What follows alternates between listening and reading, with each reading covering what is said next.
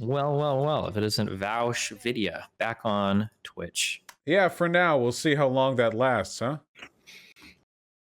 Well, as long as you don't talk about Middle Eastern people. Look, we had a very nuanced discussion about that in a debate panel earlier. All right, what are you talking about? I was reading donos. I didn't get a chance to catch up on the context of this discussion. Well, I don't know. I only made it like 2 fucking minutes into your... I don't even think I made it that far. You got really mad that I said that people should probably like spend money on things that are important to them. If they want to like make a change, they should like actually do something. And it feels a little bit creepy when like all of these lefties are getting like mega rich on these like content platforms, and they like hide the amount of money they make, and they don't like seem to be doing anything proactive. It just feels a little bit okay. We got a lot of points built up. All right, so we can take them one at a time. So your argument, let me make sure I'm steelmanning this properly. Your argument is that you think if you're an advocate for a given political ideology and you make a lot of money, that you should probably use that money in responsible ways, such to the effect that you can propagate your political ideology, right? Yeah, not all of it. You don't have to be poor. And it's not so much that like there should be some minimum spending or whatever.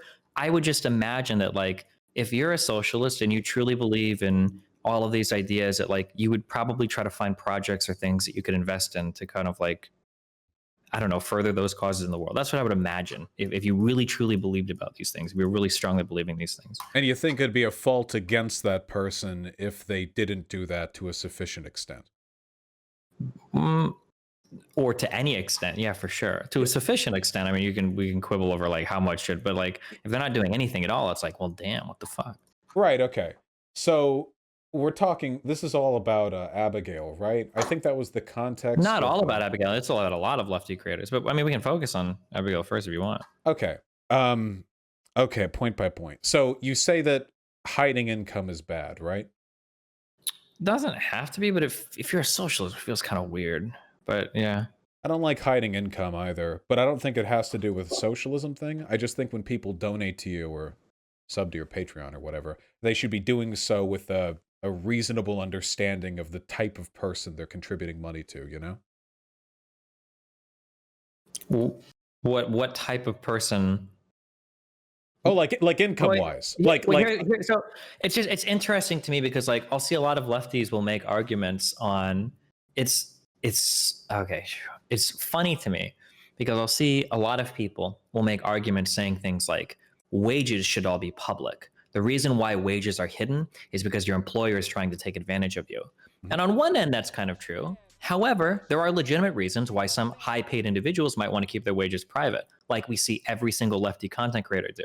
So it's funny that they opt to keep their wages private, but then on the other hand, we'll say things like, well, all wages should be public. That's just the boss trying to screw you over. It's like, well, hold on. It seems like you know why you want to keep your money secret is because you don't want people, you know, like I guess having other demands or expectations of you. Well, there are differences between the way that pans out when you have coworkers who are being paid wages by a boss, where there might be discrepancies in how much different people are being paid or differences in the contracts versus like a YouTube channel where you're getting your money off Patreon and you're not inherently tied to a wage from any larger institution, right?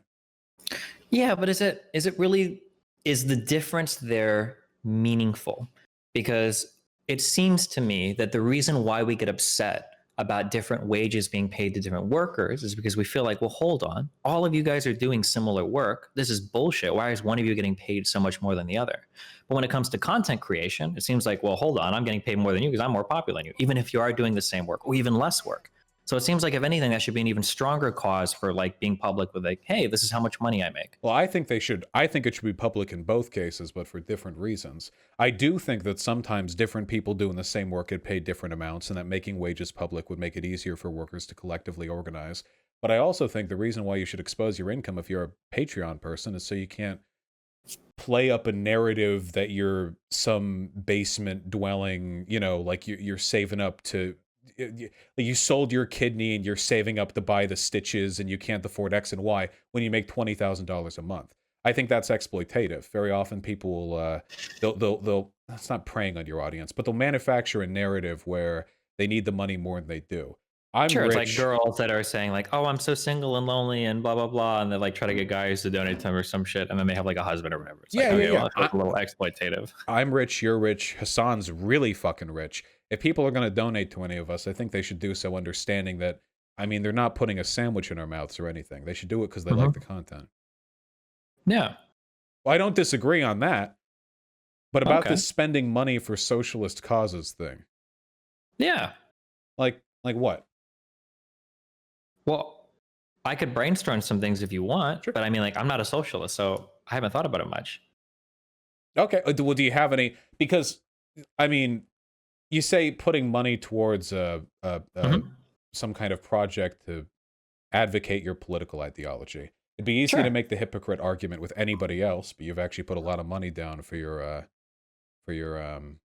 canvassing. Well, no, even if I hadn't put any money down, though, I could get away with it because I don't make it like my like mode of economic production is not like a moral argument. I don't like ascribe morality to capitalism the same way that like a socialist might say that's like an inherently immoral system. Well, you ascribe morality to whichever system you believe best brings society in a direction that meets your axiomatic values, right? You think that's capitalism.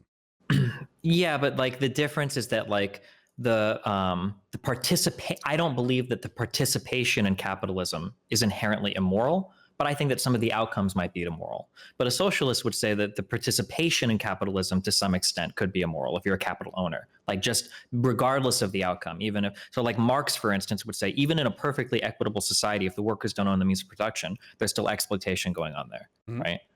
So like, so I think that like if you are like if you have like very strong values related to like economic arguments, it just feels like you should do something to do that. Yeah.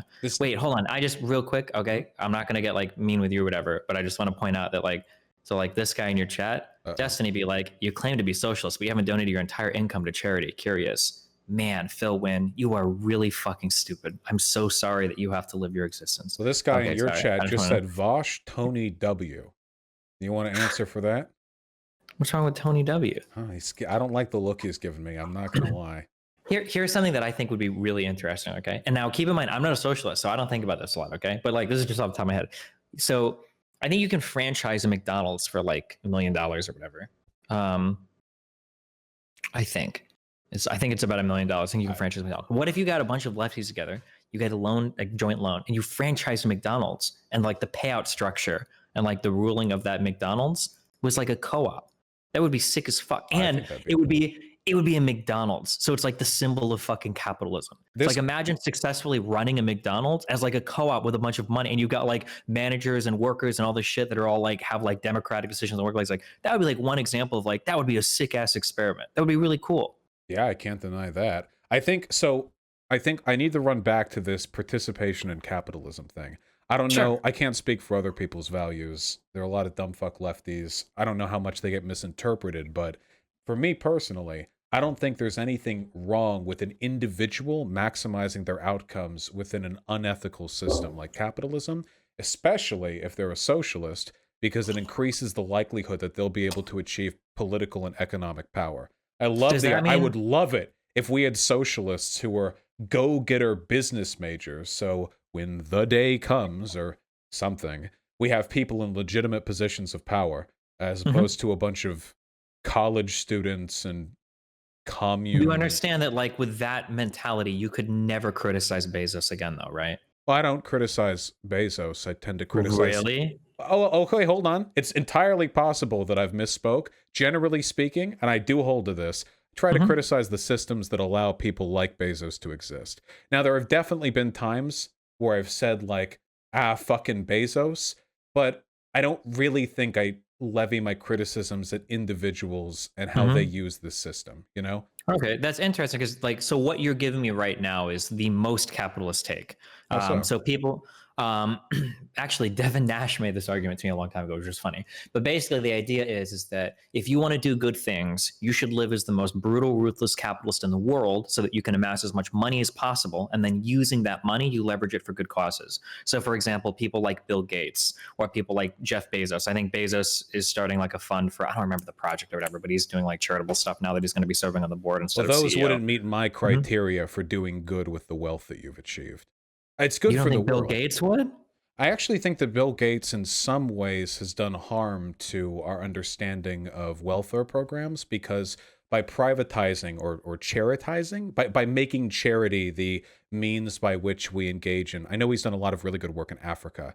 I feel like it assigns a responsibility with regards to those social problems, like what if a billionaire took care of it? And I think those questions or those assumptions have a lot of really negative long-term implications with a prioritization of charity over real effective foundational social programs. Yeah, and I can understand that, but can you? So these two positions seem at odd to me. So what you just said was that it can be dangerous, and I agree with you, by the way, to some extent, that like having billionaires cure diseases and stuff is really cool, but it's also a little bit scary because it's like, okay, well, hold on, should the job of like billionaires or like, do we need to rely on billionaires to take care of these problems for us? Like, that's really scary. I don't know if that's like a positive, but like, how do you square that away with your belief that people should maximize their existence under capitalism so that they can become those very same billionaires that are the ones like solving those problems? Well, haven't you worked your way out of this snafu before?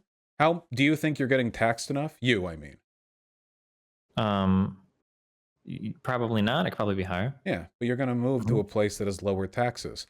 I think you push for institutional change while trying to maximize whatever benefits you can accrue within a system, even if you think that system is unjust. Now, I could be assigning moral weight here that's not justified, but I imagine that you probably think the low taxes on wealthy people we have right now are unjust because they do not accurately reflect the necessary funding of social programs that we need. But you still take advantage of that. So real quick, so like so a lot of people have a lot of trouble with this distinction. I don't know why. I don't think that paying taxes or not paying tax. I don't think that taxes have anything to do with morality. I don't care if people pay taxes or don't pay taxes. Like what I'm focused on is, do we have the social programs that we need? Whether or not I'm living in a high tax state or a low tax state has zero bearing on whether or not any of those social programs exist. And I don't make an inherent judgment on the morality of paying high taxes versus paying medium taxes. So I can do whatever I want, and I don't think I run into any hypocritical problems there. But the problem is a socialist inherently makes moral statements related to capitalism. So I think the bar is by inherent. I mean, so do you think it's less moral for a civilization for a country to not have the wealth necessary to pay out good social programs? Like, is there any moral that would be difference? bad. Yeah, that would be bad. Then wouldn't that be you making a moral statement about a society having unjustly low taxes? Because you wouldn't be able to accrue but the you're wealth. individual, but whether or not you individually pay high or low taxes has no bearing on that, right? Well, you're looking at the outcome. You're looking at like the entirety of a system, right? Your individual contribution. I completely agree. Yeah. And likewise, I think that if a socialist makes a decent amount of money or even gets invested in Wall Street speculation or business, that their actions have nothing to do with whether or not capitalism or socialism is going to be around tomorrow. And that in the meantime, they're just doing what they can to further their own interests within that system. And the nice thing, the benefit, is if they do use that power and influence to do good for their social or economic system. Obviously, I think that's a good thing.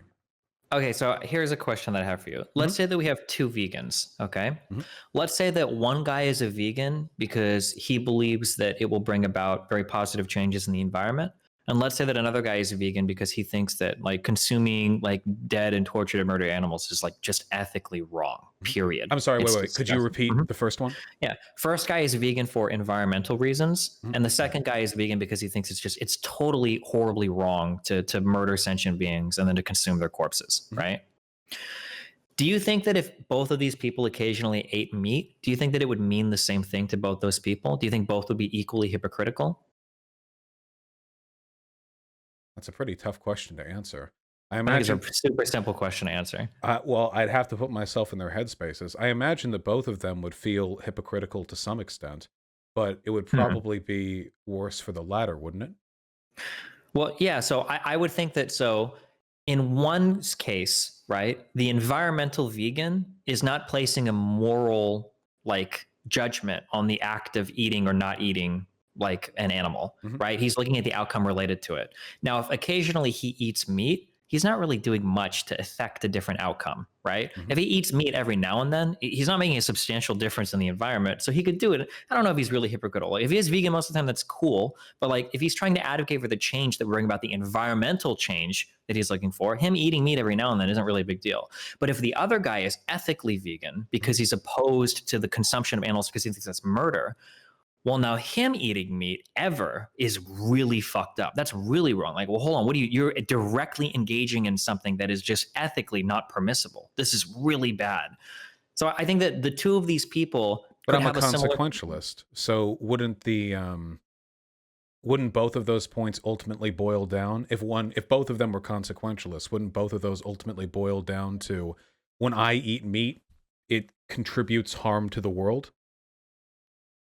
Um, I think that even if we were consequentialists, we could still look at these two actions as being like, Sure, but at the end of the day, that would be the ultimate argument. That disgust with the act of eating meat would be because consequentially you believe that eating meat reinforces some social rule where it's okay to do harm to animals and so on and so forth. You would have to run the logic train a bit, but at the end of the day, it would be about the harm done. Otherwise, it well, wouldn't be a consequentialist argument. yeah, of course, but in the logic train, the harm done, the consequences are different for both people.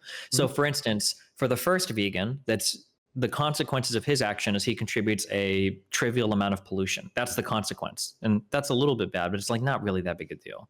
But for the second guy, the consequence is like he's directly partaken in like consuming part of an animal, and that consequence just right then and there is horrible. The consequences of both actions are significantly different because where they put like the moral weight of what they're doing, But right? I don't The first guy feel. just wants to change a system. The second guy thinks that every one of those individual acts is bad, Oh, sure. right? Then I think this would be applicable only if socialists were stupid enough to take the perspective of the latter person. You don't like the way our society operates right now in a number of ways. You obviously have political opinions. I feel the same way. Our endpoints are different. But at the end of the day, my belief that our society is unethical because it's not socialist, and your belief that our society, you wouldn't say is unethical.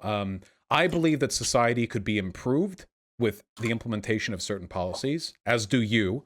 And while I Mm-hmm. believe the current system is flawed, I don't think that the act of flourishing within the system is necessarily a moral crime. Now, I want to be clear though, because there are like different scales of this. If you get up to be like a mega billionaire, there are ways in which your presence and your wealth and your influence Mm-hmm. perpetuate systems that like a regular rich person wouldn't. Like Bezos is a regular millionaire is closer to me by a long shot than they are to Bezos. So there's a scale difference there. And if you're up to like Warren Buffett size, I think I could hear arguments about like, okay, well at this point you're so much a part of the institution that maybe you are systemically perpetuating the existence of capitalism. But for a person who's making a bunch of money off Patreon, I don't think that their engagement with the system is perpetuating it. I don't think that they're doing anything but flourishing. Sure. So I agree with you, Mhm. and you probably agree with me, and you might even agree these next few statements. Then, you agree? Would you agree then with based on what you've just said? Then, though, you have to completely. Now, when I say you, I mean in a general sense for a leftist, not necessarily for you. But like, you have to completely get rid of all of the rhetoric of like criticizing wealthy people or landlords or business owners in general. That all has to go because these are all people that are just participating in the system then. So somebody that owns a few businesses, somebody that owns a few pieces of property that he rents out, wealthy people in general, like if you're not like a mega billionaire or somebody like perpetuating the system on your own, you basically have to stop criticizing all of these people for being successful capitalists. There are 2 points to that. If you've, I don't know why you would have watched it, but generally, yeah. I do think that a lot of lefties engage in criticism which is too individualist. I think that there are rhetorical benefits to phrases like ACAB, but when it gets people to thinking, oh, cops are bad people, it pulls them away from the institutional criticism. I've talked about landlords before. I despise the commodification of land and housing, but most landlords, I could be wrong in this, I'm pretty sure most landlords are just regular folk. It's not like Generally, megacorps or yeah. anything. Yeah, yeah. A lot of those people make less money than I know my landlord makes less money than I do. Mm-hmm. And then with businesses likewise. So I think, what did Michael Brooks say? You should be kind to people and hard on institutions. I think that's a really, really good way of going about these things. That being said, there is a rhetorical benefit to aggressive and hyperbolic criticism of people in those institutions if it gets people sufficiently angry, a la ACAB. The goal then would be to get people angry while trying to direct their criticisms in a responsible way. Do you think that so okay. I'm not trying to like make you Wait, bite the did bullet that and sound everything. weasel? No, you're not being weasel. I'm just not sure how consistent this rhetoric is, because so the rhetoric that you're giving me right now is like pretty far removed from what most leftists say publicly. Now, you're not most leftists, and I say this a lot. I don't think that you necessarily give the same takes, but like if and I feel like I'm kind of repeating myself. I'm not trying to like trap you or whatever, but like because this is like very far removed from normal lefty dialogue. You've basically completely removed your ability to ever be critical of 99% of the participants of capitalism. But it feels like most leftists want to be able to say that like a business owner or a landlord is being necessarily exploitative in like a morally wrong sense. Well, they are. Sure, a landlord is being exploitative, but the system that we live in requires the existence of landlords. If a person decided to not be a landlord out of conscientious objection, somebody else would be a landlord. And we need landlords to rent property as the system exists right now. So even if the role is an exploitative one, it's a one that one must necessarily take. Same with cops, you know? And I say this to people, they'll donate and they'll say, I want to be a cop, but then I became a lefty. Should I become a cop? And my answer has always been, yeah, go for it. We need lefty cops. And if you say no, some dipshit meathead who flunked out of high school is going to take that job instead. So I don't necessarily know if it's inconsistent with my positions. I think that a lot of lefties engage in language which is rhetorically effective, but semantically inaccurate. But if you actually talk with them for a bit, you can get them to flesh out some of the nuances to these positions, you know? Okay, well, I mean, by the way, no. as an addendum, there probably have been times that I've railed against cops or landlords or very wealthy people in a way which comes off as essentialist. It's generally language that I try to avoid.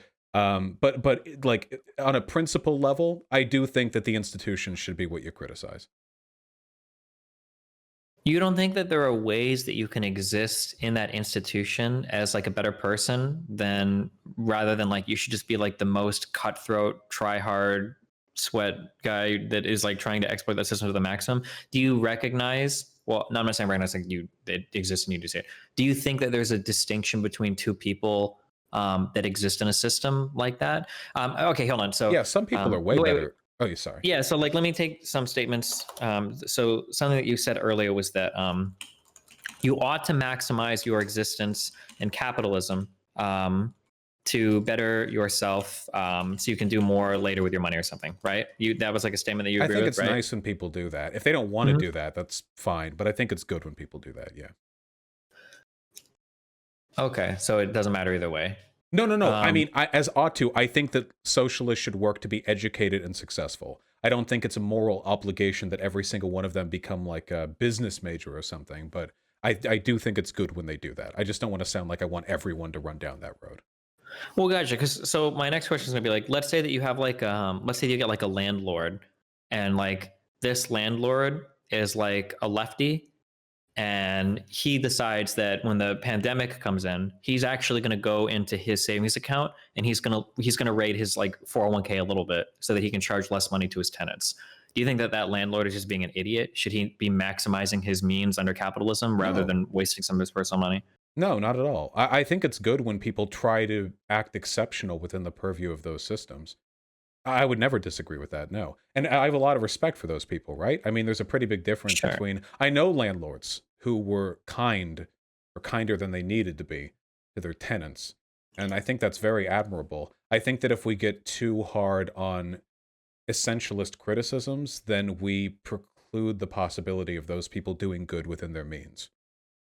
Okay, so like that's kind of the thing that I'm looking at. So a lot of people will try to counteract every single time I bring up anything about a socialist maybe spending some money to further themselves. That comic always comes out where it's like, well, you live in a society yet you participate in it, or you criticize society yet you live in it. Haha, like I've got you, right? But it's like it feels like some people have the means to be a little bit more productive towards their ideological ends, even in a capitalist system. And it surprises me not to see people do that. Like, I'll get up here and I'll shout and scream about how important I think some things are. And I'd like to believe that, like, if you ever meet me in real life, you look at what I do in real life, like, well, I'm trying to live that message out as much as possible. It's not, I don't turn off the stream and then drop the messaging. But it feels like for a lot of socialists, it's like, okay, well, you guys are generating so much fucking money now. Where's it all going? There's got to be some project or something. It feels like you would not. I keep saying you, but I don't mean you personally. But it Do you feels have like a something person in should be mind? worth it. Sure. So like Sean and Jen, like that guy makes a decent amount of money. Or Abigail, Philosophy Tube, she makes a decent amount of money. H Bomber guy, I think, makes a decent amount of money. I'm sure there are more channels. I don't know them all, but like those are like three. Oh, Hassan obviously on Twitch makes it. I don't even know if I consider him like a politics person. Mike from PA Central Committee on Twitch, like that guy makes like a decent amount of money now. I'm sure if somebody people can that Breonna girl, but she's kind of removed from the YouTube scene. I'm trying to think Please of don't just like associate me with Breonna under any circumstances.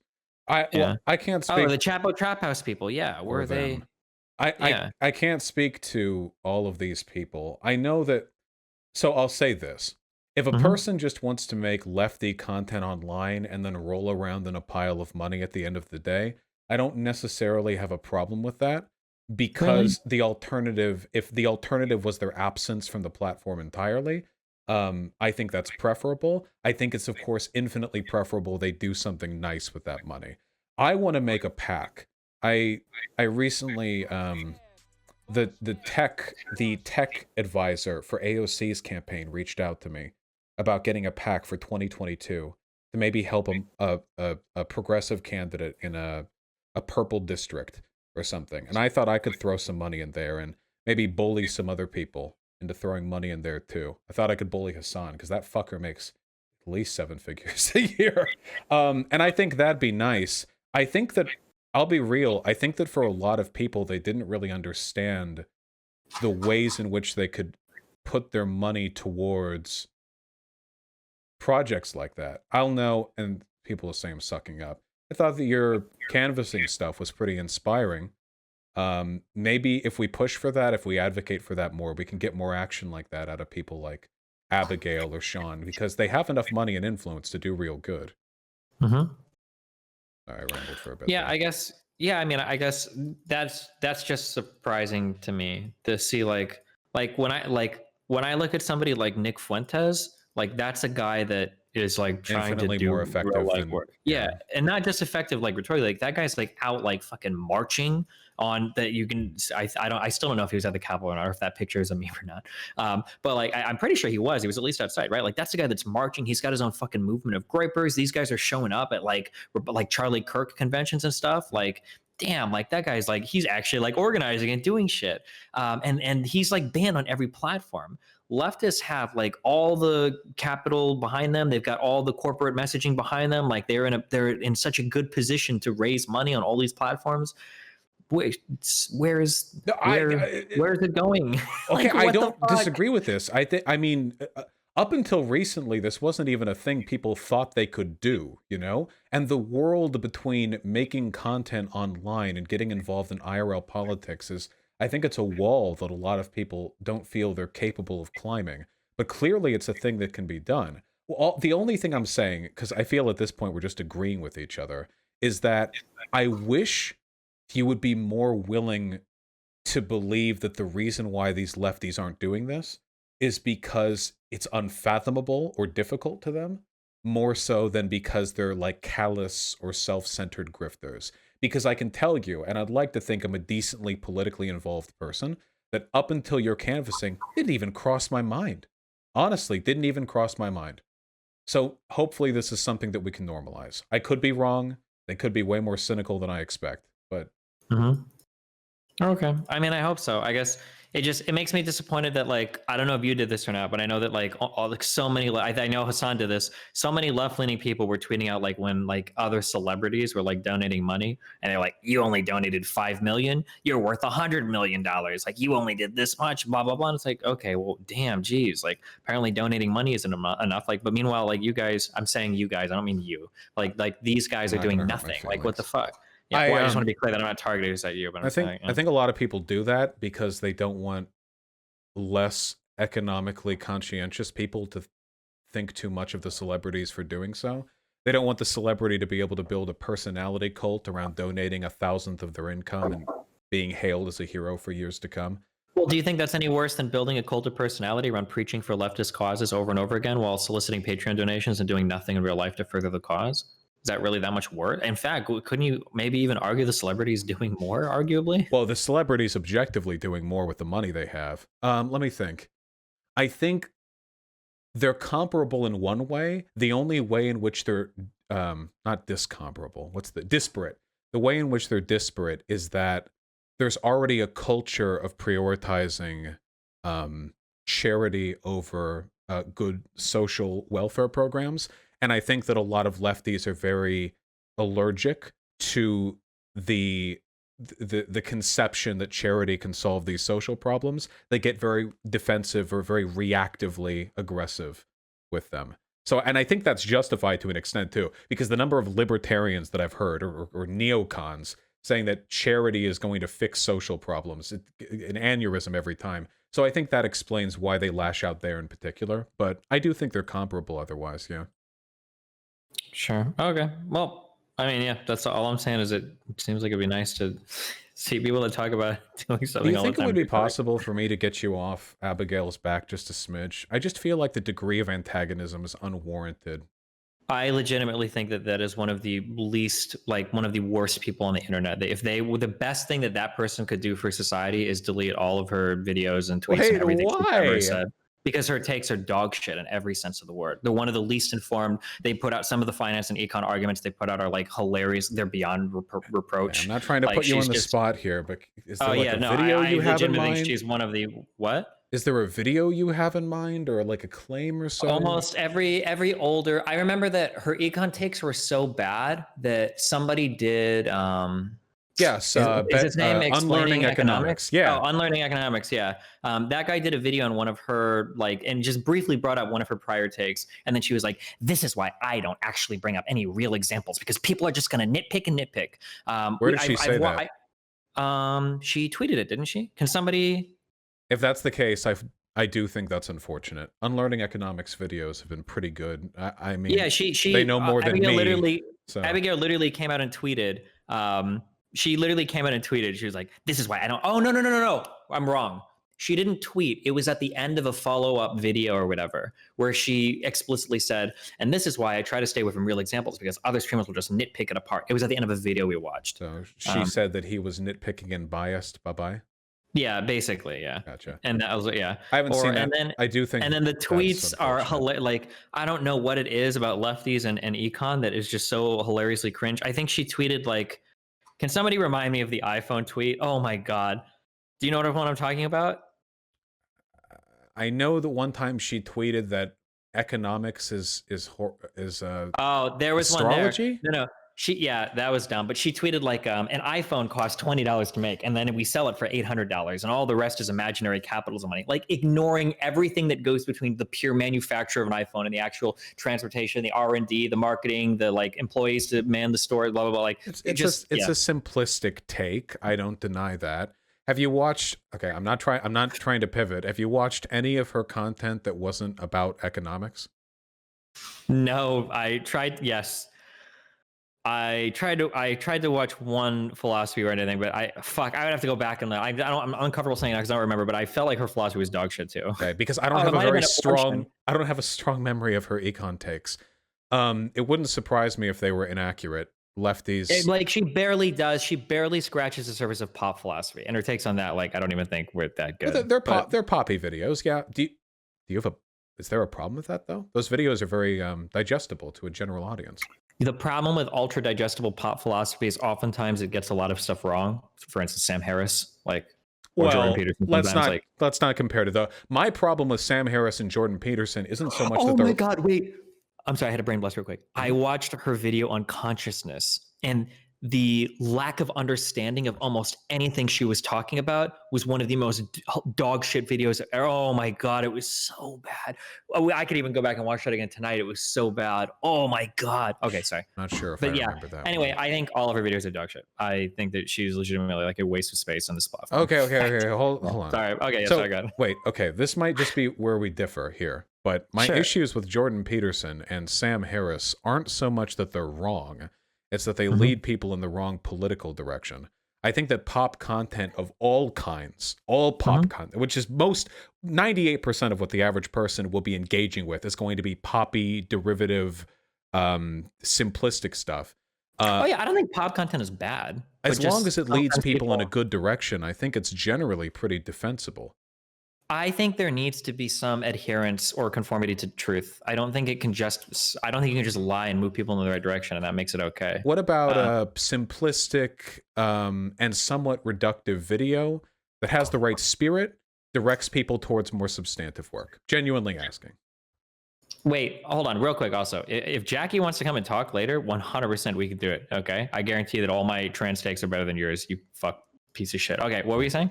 Jackie, sorry, Patel, this person is harassing me in your chat. One of your mods. Okay, sorry. Repeat your last thing again. What was I saying? Oh, that's one of my mods.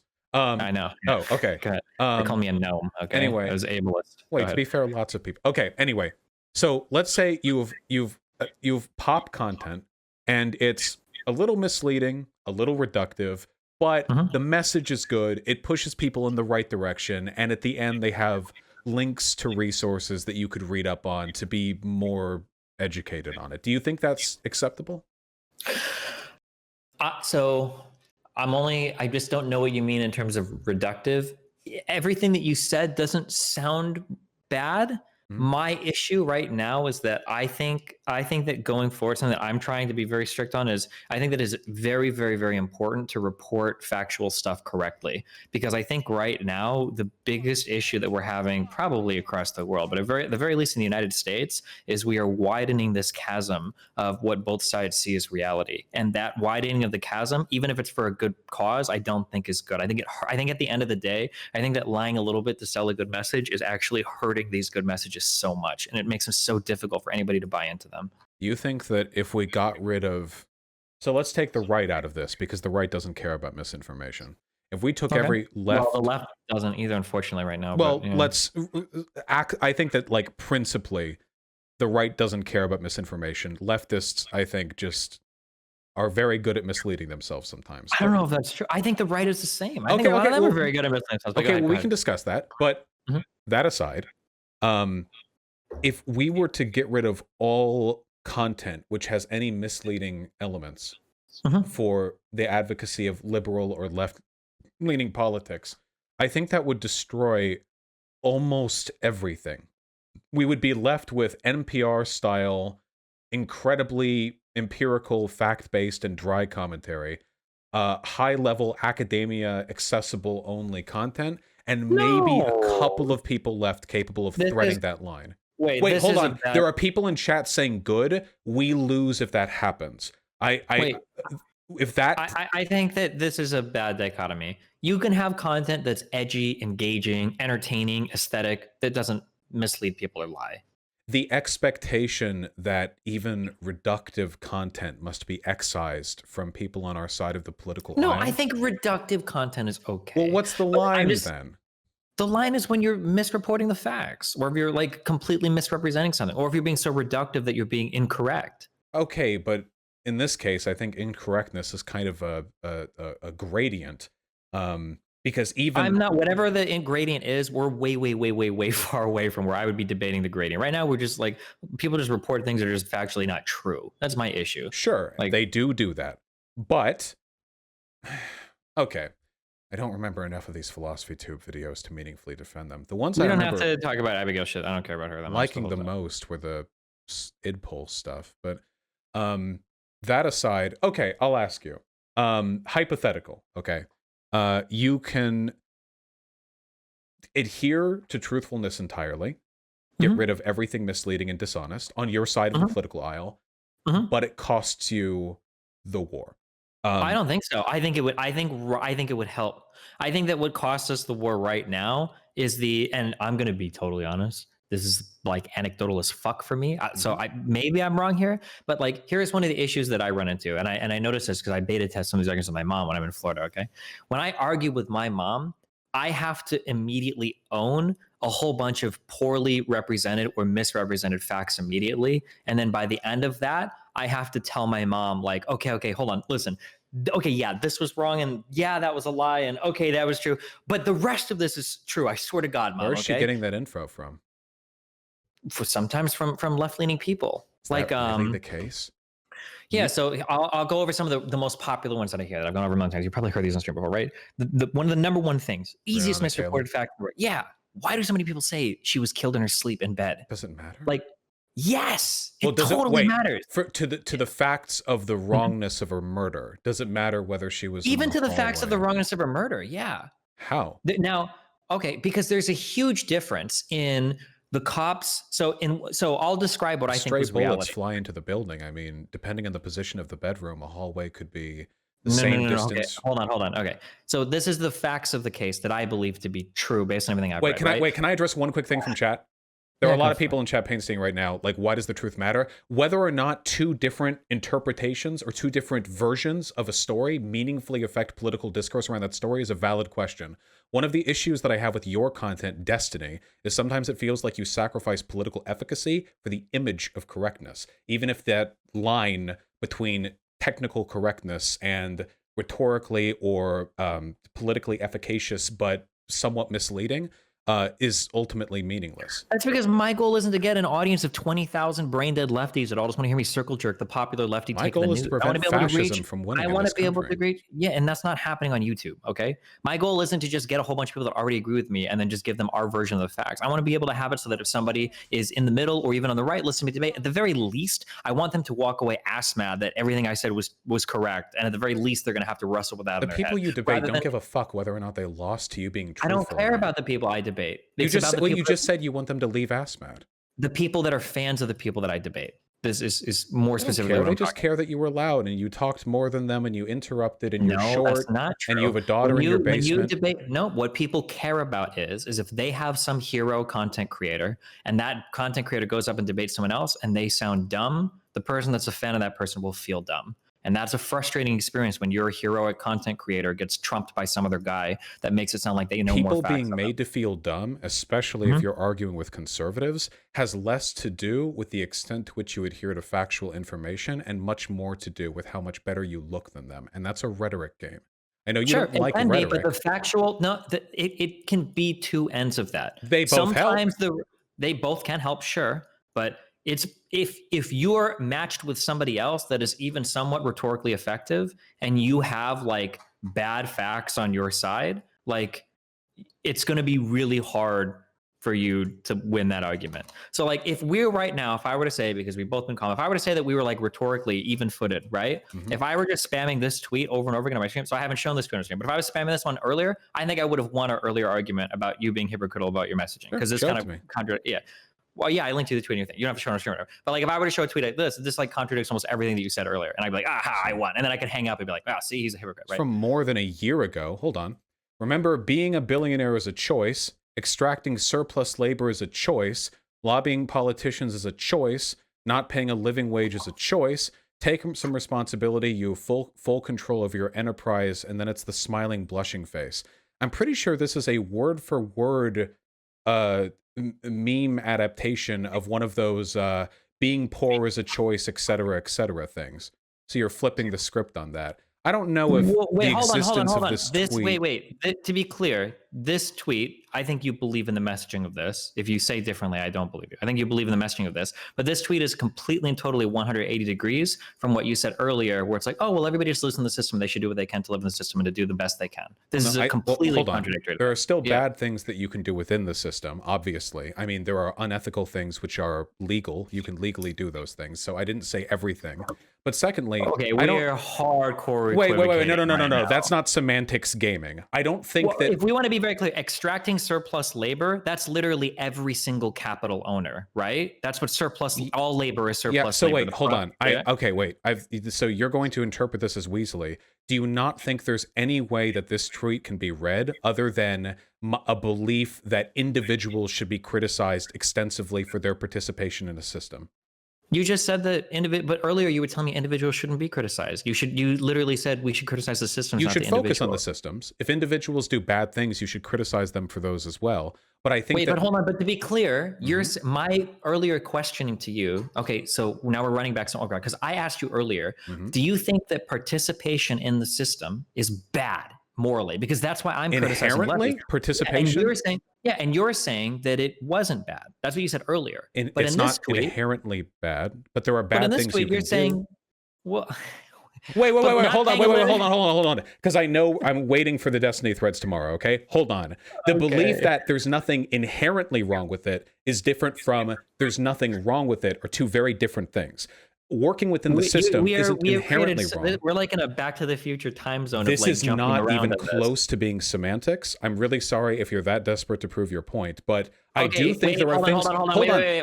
I do think there are things you can do. Now you just attacked me. You said I was desperate. So now I want to focus on one razor clear statement because you were Sure. wrong here, and I'll demonstrate. Because you need to change one of your statements because everything you've said right now can't exist in totality. Okay, you have contradictions. Okay, Fine. So I'm looking at the second thing. Extracting surplus labor is a choice. Now I'm asking you a question. Do you understand that all forms of labor, of wage labor, is extracting surplus labor to make a profit? Yeah, do you by acknowledge definition.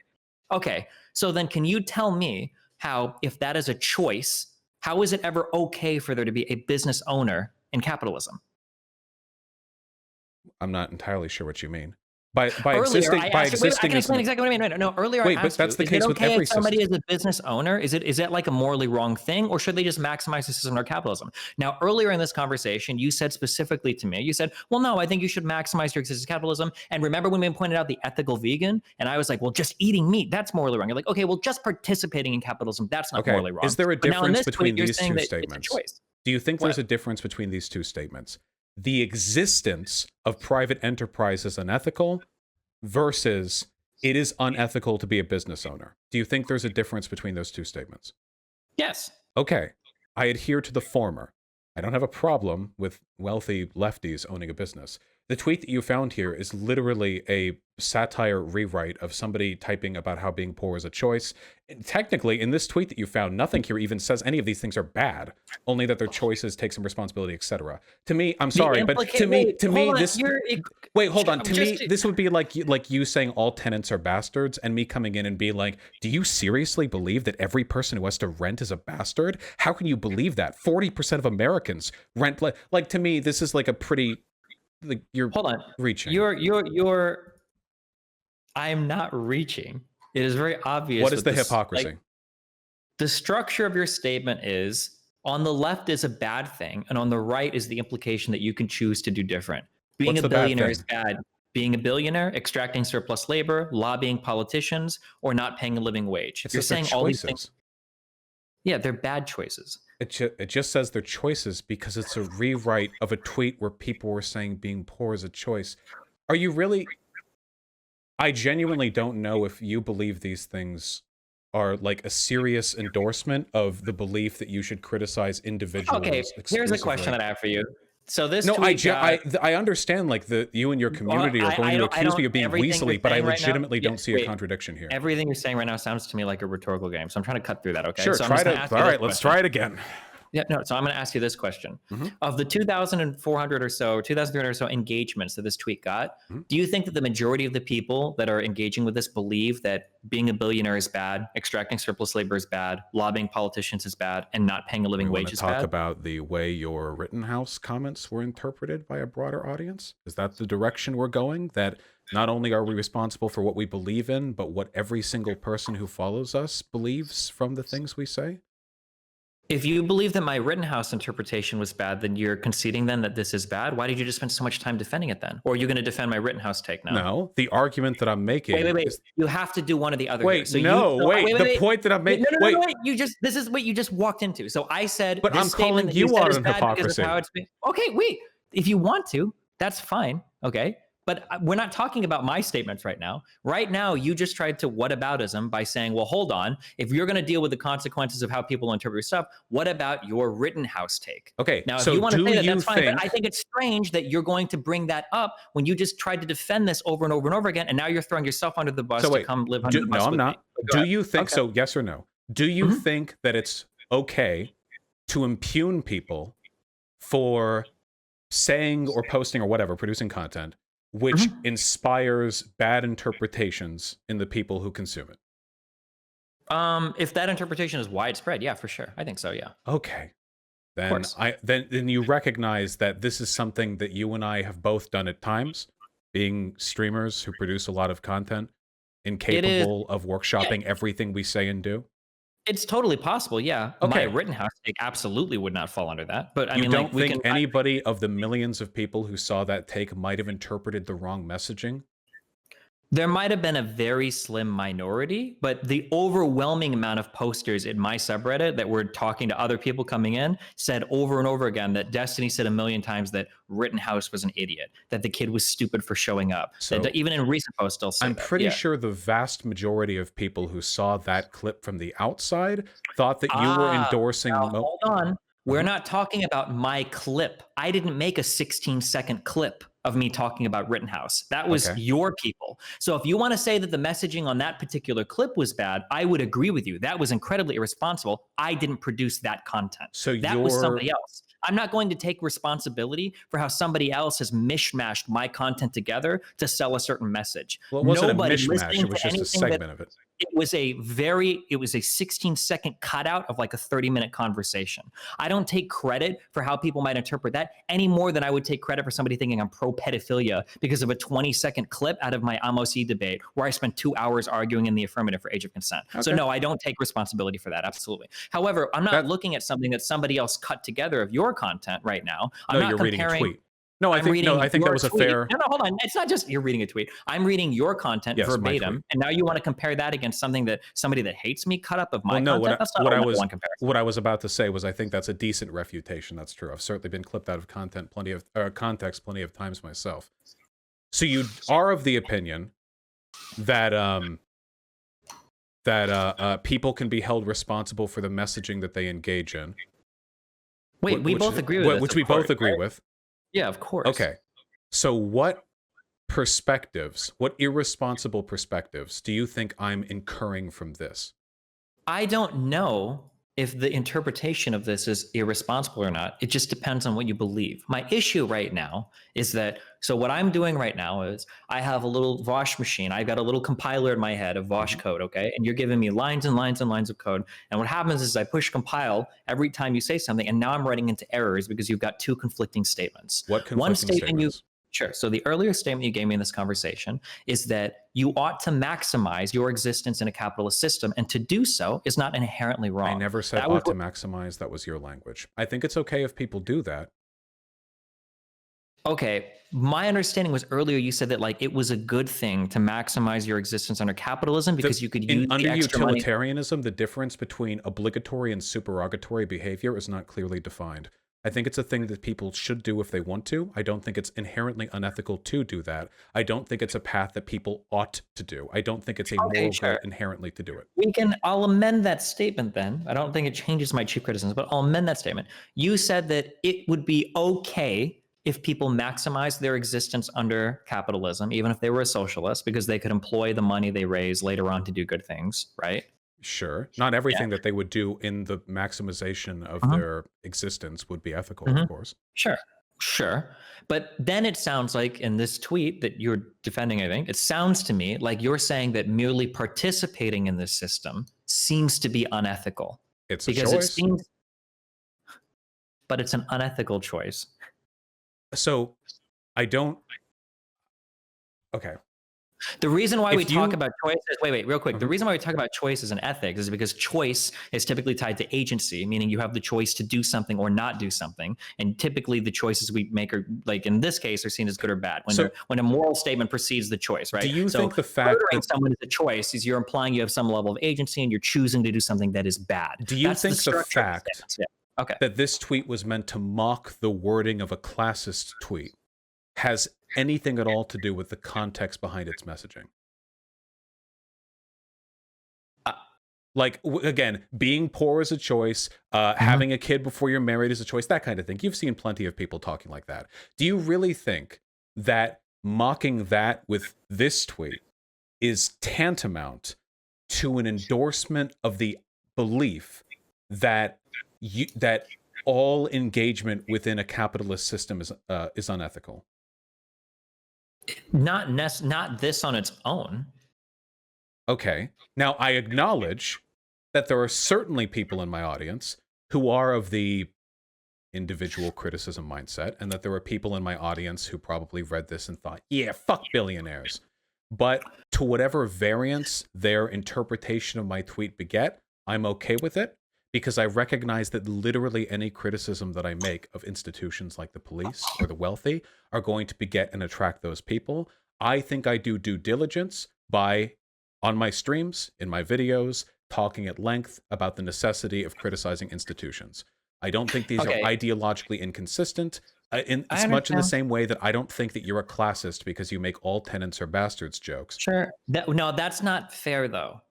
That's not a fair comparison. Do you want me to explain why? Go Also, I for it. have 2 more tweets to submit to the record. And for the record, I didn't want to bring up this initial tweet because I said that I didn't think it was necessary. You're the one that wanted to discuss this, just to be Well, you clear. brought it up saying you could destroy my argument. I don't feel destroyed. I still believe the things I believe. The worst that I would Okay, have to bite the sure. bullet on was that some of the earlier tweets that I engaged in were a little bit more irresponsible with messaging, which, given my history on YouTube, is not exactly surprising. But this tweet in particular, I really don't think is that irresponsible. I don't think it destroys my argument. Okay, sure. I submit 2 more tweets to the record then that seem to be moving in the same direction. All right, let's see. So Are ACAB we and talking about ATAB. something else? So, well, sure. So ATAB, when I say ATAB, Mhm. I hope, and I'm pretty sure that the majority of my audience doesn't believe that all tenants are bastards. The landlords, the love for landlord subreddit, that I hope, I don't know about the There are subreddit, people who but unironically are there probably are. Yeah, on it's the like Kool-Aid in there. Yeah. it's like the Donald or whatever, right? I'm sure there are some people that start to unironically believe in me. So I can't speak for the subreddit, but I'm pretty sure in my community, the majority of my people, and there's probably not even a minor, there might be a few, don't believe that all tenants are actually bastards, because that's not rhetoric that I engage in constantly, is attacking tenants. Mhm. However, most leftist channels do consistently engage in the rhetoric of attacking people that are billionaires, attacking the extraction of surplus labor. They attack the idea behind people or corporations lobbying. They constantly championing about a living wage. It's a little bit different, the jokes there. Sure. To say that your tweet is a comparison to me saying ACAB or ATAB or whatever is not really fair, because when I say ATAB, it's very clearly like a meme, tongue-in-cheek thing. But when you joke about like, oh, haha, well, you are a billionaire and that's evil, it's like, well, that's you also Well, wait, actually. I just said unironically. again. I know this comes off like I'm trying to be weaselly. It just said being a billionaire is a choice, extracting surplus labor a choice, etc., etc. It's following the format of a different type of tweet, the type of content that you've seen plenty of times before. I think in the context of Twitter, I think it was pretty obvious what I was doing, especially with the smiley, blushy face at the end. I mean, I don't tweet like that. I mean, I think that's fairly evident, but yeah. What is the point of the joke then? What's the joke? Well, the joke is that there are other people who are assigning moral culpability to the poor for their presence in a system and saying that their failures are entirely a product of their own behavior. And the joke is that also, well, not the people succeeding necessarily, but people who are doing well in the system are also doing so of their own volition. Since lefties tend to be critical of the institutions through which these people succeed, their existence in those systems also is a choice. That's the joke. It's like it's simultaneously criticizing their classism while also pointing out the idea that like being these things or the existence of these things is something worthy of criticism. Okay, that's not. I don't think that's how the majority of people would read it. Well, how do but- you think the majority of people would view it? I literally just saw a tweet saying being So poor is a choice and it copy pasted. Yeah, so the comparison, the reason why this joke is funny is because when people are like, oh, being poor is a choice, blah, blah, blah, it's like, that's not true. That's not a choice. You know what is being a choice? Being a billionaire is a choice. Extracting surplus labor, that's a choice. Lobbying politicians, that's a choice. Not paying a living wage, that's a choice. Take some responsibility for your actions. That comes off more to me as that's what the joke is. The joke is you're trying to claim that all these poor people are making choices being poor and dumb. Bullshit. You know what are the choices you're making? It's all this unethical shit that you do under capitalism. That's the real choice, and you need to stop. Take some responsibility. I think 99% of people are going to read the tweet that way. Sure, that's a good whatever read. explanation you gave. I don't think anybody's even close to reading it in whatever explanation. That's legit how I read it. I think that's a good read too. I wouldn't have an issue with that either. That seems like a fairly satirical and hyperbolic criticism. I don't think that it would necessarily lead people down an irresponsible road of engaging in individual criticism. Like if I, like for example, if I tweeted like, I'm just saying fuck like, if Jeff Bezos, would you say like you said you criticize institutions, but you don't like Jeff Bezos or something like that? Well, no, it depends. It's like in the totality. Like I've probably said fuck Bezos at some point. Yeah, I don't like. But I'm saying like when I look at like when I look at like other tweets, like why don't landlords get a fucking job? That's got like 4,000 engagement, like 2,000 engagement, or over 1,500 engagement. Like legit seeing landlords cry and scream that they can't leech other. Well, hold on, we can go through these one at a time. So the why don't landlords just get a job thing was in response to various state and local governments implementing legislation to engage in rent freezes or to prevent. I'm sorry, not rent freeze. To prevent. Come on, you know what I'm saying. What removal of the tenant from the property, eviction. Yeah, Thank eviction, you. yeah. To remove eviction. Okay. And there were a bunch of landlords writing op-eds about how hard it was for them, which, and I'll say this, I think is a pretty shitty thing to do, because if you're a landlord and you're having trouble paying your mortgage because your tenant can't pay their rent because they got laid off because of COVID, you're both struggling. And I think generally speaking, we should prevent people from being evicted during a pandemic. So I said, why don't landlords just get a fucking job? Because the joke is that a lot of those landlords were saying that the people who were renting from them need to get a fucking job to pay their rent. I mean, like, I'm sure that we could think of an explanation for everyone who's tweets. No, like, I don't know why this is controversial. And frankly, wait, okay, I want to be real with this, okay? I feel like I was being pretty forthcoming with my perspective on like ethics within capitalism earlier. These feel like gotcha attempts. I'm not trying to hold on. Why are you doing the break this case in the event of do these not destiny feel a bit? You're like pulling years old tweets to say like I could defeat your argument with this or X. That does feel pretty gotcha-y. I don't know what else it would be. Okay, let me walk back. Okay, I need like a minute and a half to explain this without getting cut off. Okay, because That's pretty rough, but okay, go for it. Or I don't need that long. Okay, my problem was that when I asked you questions about leftists maximizing their existence in a capitalist system, I expected you to say that in a capitalist system, we should probably condemn people that live it to the fullest. That like maybe we can act a little bit more moral in a way that bucks the system. But instead, you went way off in the other direction where you were saying that like, well, actually, I think that everybody, even leftists, should maximize their existence in capitalist systems. I didn't say should maximize. Okay, or make a choice. I don't know how you want to equivocate that, okay? I think it's okay for them to become powerful. You were saying that if a leftist maximizes his existence in a capitalist environment, that it wouldn't be a morally wrong thing to do. It wouldn't be an immoral thing. You were saying that that would be okay. And that was interesting to me because if you truly believe that, then you basically rob yourself of the ability to criticize any individual actor or any group of people in a capitalist system, which is strange to me. Oh, okay. Well, then we can go back and revisit that part. There are individual actors who could do bad things, even within the purview. I never said. Wait, no. Wait, stop. It's not individual actors that can do bad things like setting their tenant's house on fire. I'm saying that like you would have to never criticize anybody that acts in basically a legal manner in a capitalist system. No, I never bit that bullet. I don't know why you're assigning that to me. Because you're saying it's okay to maximize yourself in a capitalist system. No, I'm sorry. Okay, when I said maximize, I'm deleting this whole notepad. Okay, let's go. Okay, back I'm to the sorry. beginning. Wait, hold on. I don't know how the fuck we got here. When I said maximize, I mean like it's okay to be a cop or like to get into a business, or if you could like accrue capital that you could invest in political enterprises, I think that's good. But if we're talking about like shorting people's no, nothing illegal. If we're talking about paying people below like a living wage or running your business in a manner which I'd consider very unethical, or being a bad cop, like the kind of cop that doesn't rat on other bad cops, that kind of stuff, then I think those things are deserving of criticism. I don't think it's possible for a person to become a billionaire without doing something that would trip my moral flag, because nobody becomes a billionaire without engaging in some pretty ruthless business practices. I mean, there's so I'm trying to understand. What about this is I don't understand. No, I generally try to be consistent, but I'm confused about what I'm saying. That's not. We're moved. We're not even at hypocritical yet, okay? Because we backed up really far. I haven't backed off any positions. No. I don't mean backed off like I got you or anything. I'm legitimately just trying to understand, because I don't know if you're trying to figure this out in real time and then give me like a coherent point that you're still working through, or if you genuinely believe this. What I'm trying to figure out is, let's say that I am a leftist, okay? Like a full-blown, I believe in socialism. I want us to work our way towards a communist state, okay? Mm-hmm. And I'm going to enter the world, okay? Am I allowed to participate in a capitalist economy to the fullest extent the law will allow without me committing an immoral action? That's my question. There are plenty of immoral things you can do that are legal. Okay. Like... Okay, no, I can ask you because we're still in philosophy. I'm not asking for like, data-driven answers. Again, what would be an example of like an immoral action that's legal? I think that there are some business practices that I would consider like better than others. There are certainly better business owners than others. I think that if you're Wait, ruthless or okay. cutthroat to your workers, I'll give you an example. People donate, they email, I'm a landlord. What can I do? I think charge rent maybe a little lower than what you see in your area. Be kind to the person who rents from you.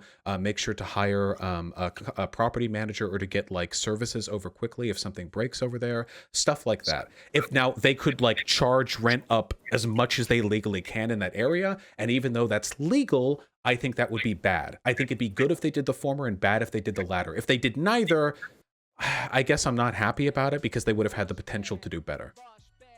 So, in a socialist environment, how do you even determine like what the right pay of your workers, what the right rent is? There's no. I Do don't. you just like? I don't understand like what would be moral or immoral. You mean in a socialist government or? No. Like if you're a socialist living in a capitalist world and you're trying to make sure that you're not doing something immoral by Vaush's standards. Well, I don't have like an exact wage line, like 20% above median for the industry or anything. Is that what you're looking for? Wait, I'm actually asking, are you looking for like an actual like hard... I'm just curious, like I'm curious. So let's say that houses in an area go for $1,000 a month and somebody charges like $950 a month. I'm curious if I ask you, is that moral? What I'm trying to figure out what your what I'm trying to get at. I'm asking you questions. I'm trying to figure out what your principles are. It's like, what do you actually think makes something like good or bad? Like, what is the right or wrong? Like, I think that'd be good. I'm just trying to figure out, like, I don't know how you determine that though. I'm not asking for like a formula. I'm just curious, like, because earlier, because in that case, the landlord would have the market conditions would allow them to charge more, but they choose out of benevolence to charge a little less, which makes life easier for another person, maybe a person in need. Sure. So would another socialist is just charging normal market rates? Then would that person be considered like an immoral actor? I wish they could do better. I don't necessarily know if I'd say it's okay. immoral. I'm not. Hold on. Wait. I don't care what you wish. I'm not asking like for what is your opinion on Jane Doe's relativism. I'm asking you in terms of like ethically. Do you think it'd be ethical for like a lefty that owns property in a capitalist market? Ethically, because if that socialist was taken out, another person could replace them, and not taken out like killed. Like if they weren't there and another person replaced them, we would assume they would also charge the market rate. So their absence would beget no change. Therefore, it would be a morally neutral action. Their decision to maintain the market rate in that area would have neither a positive nor negative outcome. Right? Now, the only exception to that would be if there was a socialist who was getting involved in capitalism, but they were doing it in a way which was not only institutionally bad in the way that I think capitalism is, but also they were uniquely doing this. Like they introduce a new market or avenue that only they can do an ethical action in. I think in that case. So if a landlord charges market rent, if they're a leftist, is that immoral? No, that'd be morally neutral. Okay. I prefer they did a moral thing. Gotcha. I don't understand if you're trying to test me for consistency or if you're outraged with a thing that I've said, because I listen, I have not been outraged at any part of this argument. Do you agree with me? Don't you think it's good when people of means take the opportunity to make life easier for people with maybe a little less? No, actually, I go a step farther. I think that maximizing yourself in a capitalist environment in a way that violates your principles is actually immoral. Cool. So for instance, I'm a big capitalist and I like to make money from sponsored deals. I think that gambling is immoral. I don't like it. I legitimately don't think it should exist in society. So I do not do gambling sponsors on my stream. I'll play poker because I don't consider that gambling, but I don't do like the blackjack and the roulette stuff. I've turned down a lot of money for that, or the CSGO skins and all of the gambling stuff. I turned down all of that because I think that that's like I don't support that stuff. I think it's immoral even in a capitalist framework. Yeah, I think so. That would be an example of me. Okay, but like I think that somebody that follows through with that is immoral. I would say that action is immoral because that violates your principles. I don't care if you're maximizing yourself in a capitalist framework. I think that there is a deeper principle. What if they didn't care about gambling? Well, if they didn't care about gambling, then that's fine. I do whatever. So your belief in the morality of an action is determined by a person's consistency? No, it's determined by their whatever their first principle, whatever their like underlying principle. Why would you care about their first principle? Shouldn't you only care about your own? Anyone, Well, if anyone promoted oh, gambling, no, you would no, think no, wait. that's bad. I care about people's consistency, but when you're asking me like if I care about like a particular action, then we're talking about like what principle does that action come from? I guess I'm Well, sorry. sure. That's kind Then of like with the anyone promoting gambling, even if a person was pro gambling, would you think uh, it's unethical for them to accept sponsorships for the CS:GO crates or whatever? from my perspective or from their perspective? All I care about is yours. Why would you ever Oh, care about yeah, I another would think it's person's? unethical, but I wouldn't think they're being inconsistent or hypocritical. I Sure. would just think it's I unethical. don't care Yeah, if a person's being inconsistent. I sure. just care if a person's doing what I think is good. If a person is inconsistent in a way that's good, like for example, what is it? Vegetarians or whatever, you know, Hmm. help the animals, but oh, milk industry still got to drink my milk. There is a Hmm. hypocrisy there, but it's better than them eating meat too. I'm not so concerned with Sure. hypocrisy as I am making sure that whatever net behavior they're engaging in is better than what they otherwise would have been doing. Sure. My problem with people that are inconsistent, I don't believe in inconsistencies. I don't think inconsistencies are real. I think that when somebody is inconsistent, what's actually happened is they've just misrepresented their values. So typically, if somebody's inconsistent, what I'm trying to figure out is, well, what is the actual value that you're appealing to? Because it doesn't seem to be what you're saying. That's I'm not. Well, I'm most using people in you that like respect are Sure. hypocritical. People say and Sure. believe lots of things, but they'll do whatever Mhm. is convenient for them in the moment. I think And that then describes it most also people. changes like how I would criticize somebody and the types of claims I would allow another person to make. So for instance, if some like crazy hedonist guy that lives his life in like a fully hedonistic manner or whatever were to tell me like, hey man, like you should just fucking like smoke dope and fucking do whatever, blah blah blah. I was like, yeah, okay, whatever, bro. I mean, like, I guess if you want to say it, that's fine. But like if somebody else were to criticize me, like let's say like a Catholic priest that had been convicted for raping 100 children or whatever, was like criticizing me, like saying, oh, like this is immoral, blah blah. I was like, damn, dude, I don't know if you could say shit like that. Like fuck, like you're insanely hypocritical. Like Sure. Oh, I this is. think hypocrisy is frustrating because it's really difficult to talk to people who are hypocritical, especially Mhm. people who are openly hypocritical. That's, I Sure. mean, you can't So do then anything my there. question is, yeah, so then my question is because when I look at your takes regarding landlords, Mhm. it almost feels like What takes? it almost Not feels my words, so but the positions that I hold. well, I mean, I can never know what positions you Based on hold. what I've said. Do you just mean the tweets? But yeah, no, based on things that I've heard you say and the tweets that I've read, I don't remember specific videos. I have to go back and watch. There are a But lot like of landlords who I don't like. That's it definitely true. feels to me like you're probably in favor of the decommodification of housing. Yeah, And it almost feels to me like you believe that owning property is like an immoral thing, that renting property to other people is an immoral action. I don't So if believe you, that. okay, that's what it feels like. And I think the majority of your audience that's listening right now probably would have thought that you felt that way. If I had to guess, No, that I've would be my talked about this before. But if my audience is confused on that, then absolutely not. If you have a spare property and you can rent it out to other people, I mean, try to do good with it. But I don't think the problem with what you're advocating for here is it's feels like you're giving us a poisoned apple. Like, socialists, wouldn't you like to be consistent? Well, make sure not to participate in any of the systems that beget political and economic power. That'll show capitalism. No, fuck that.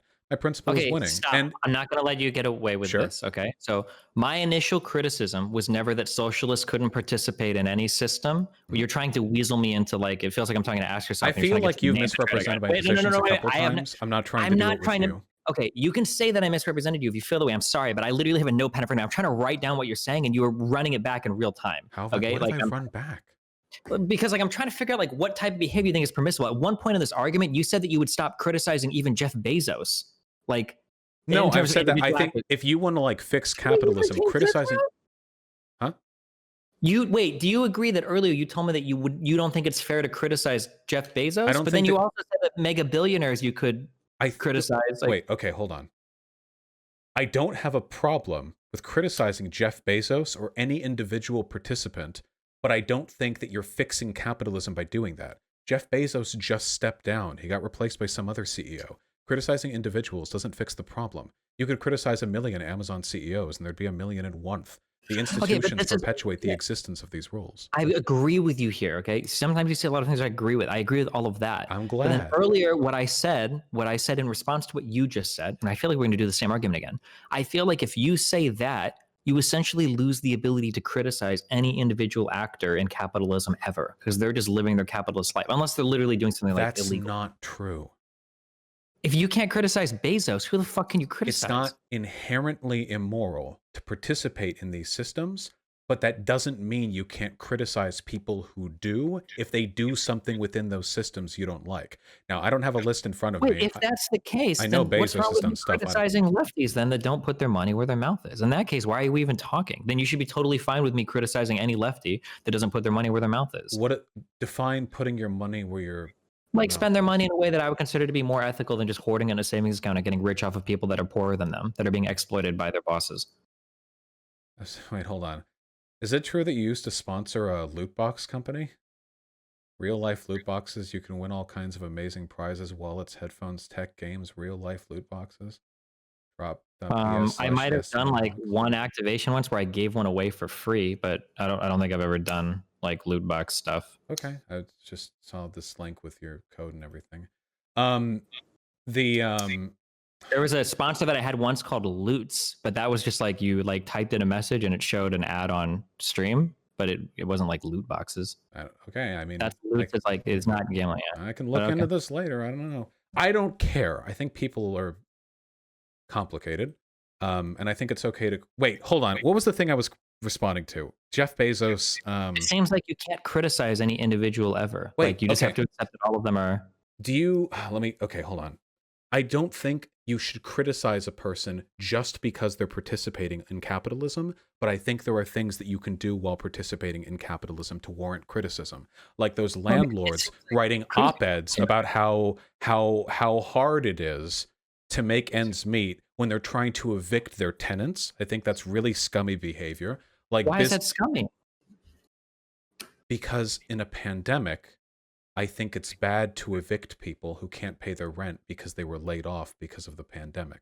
What if you can't pay your mortgage because a tenant isn't paying their rent? Then I think the institution you should take an issue with isn't the tenant, but rather a government that's unwilling to pay you or to freeze mortgage You don't have payments. the ability to change the government. Why is it the responsibility of the landlord to fight the system, but it's not the responsibility of a lefty to fight the system? Wait, the landlord is doing. Wait, hold on. That equivocacy came out of nowhere. So first of all, what they were complaining about were laws passed to prevent evictions. So to begin with, they already were complaining about the government. They were complaining in the wrong direction. In both ways, they would be complaining against the government, but they were fighting to evict people rather than fighting to have the government provide for them. I think that's pretty shitty. It sounds like the government was changing a law specifically to make it so that you couldn't evict somebody.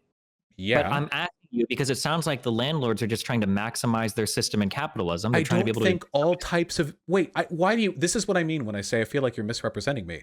I don't think all ways of maximizing your well-being within capitalism are equally ethical. I think there are ways to maximize your well-being which are quite unethical. Okay, hold on, because you keep doing this thing where you ask a question in a very exasperated manner and it makes you sound rhetorically effective. I didn't ask you anything. What's happening here is you don't actually have an underlying principle that you're actually like appealing to. What you keep doing is you keep trying to make an excuse for every single thing to say like, well, here it's okay, here it's not okay. What am I making an excuse for? I legitimately don't know if you're listening to a word I'm saying. I listen to every single thing you said, but when I repeat it back to you, you're getting confused because you're trying to discover these arguments. No, because you're repeating. You keep saying that I've said you can never criticize an individual for their participation under capitalism, which I have never at any point in this conversation said, but you've repeated that back to me like a dozen times.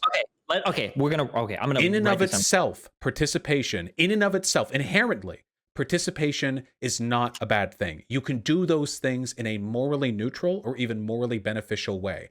However, you can also do it in morally negative ways.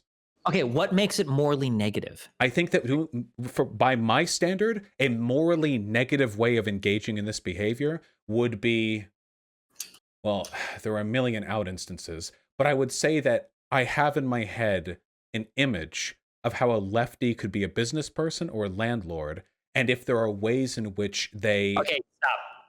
I don't have a price threshold.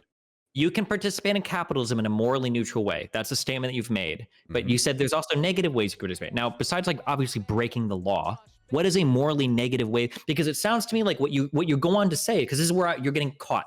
I don't mean calling caught you, but it's anything. Like I will have it. I don't have exact dollar thresholds. You're saying that morally negative equals bad things. You're like begging the question. And then one of the examples that you gave were landlords lobbying the government and saying, hey, you need to undo people this law. during a pandemic. Yes.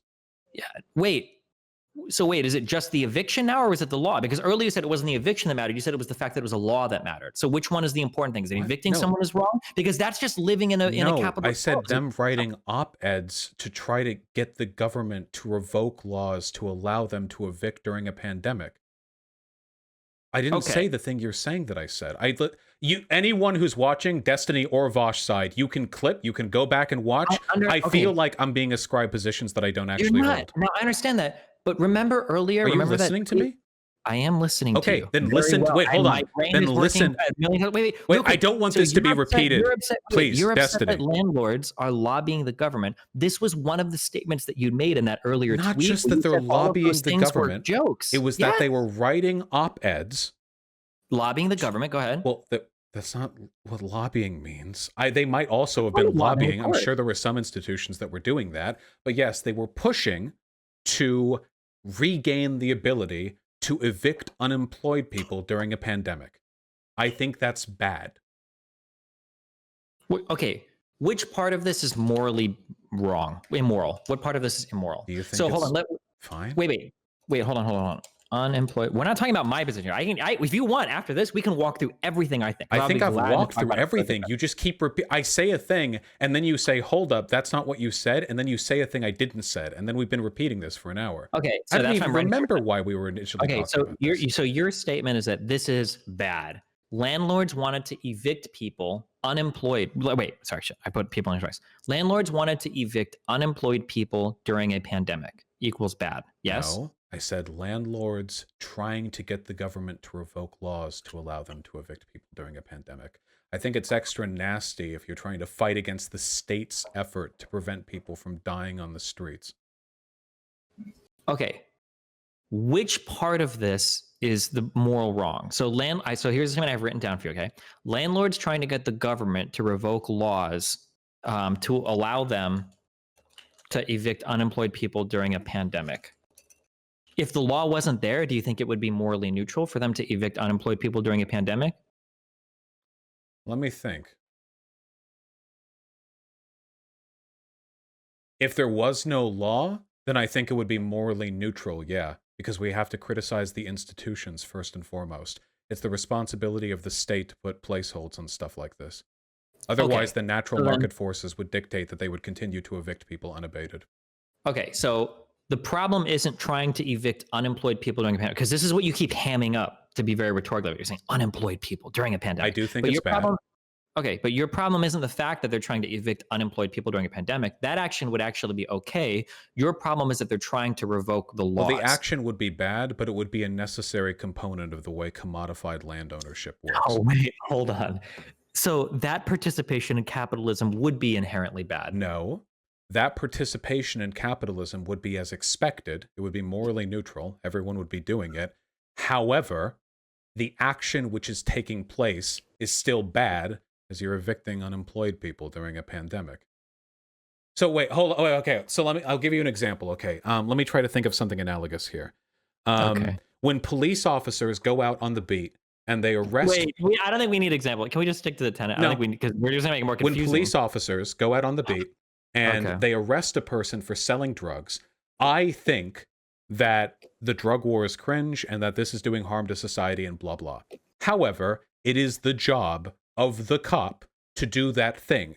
And if a lefty was in that position and they did that thing, whether or not they were there, the other person who could have been that cop also could have done that thing.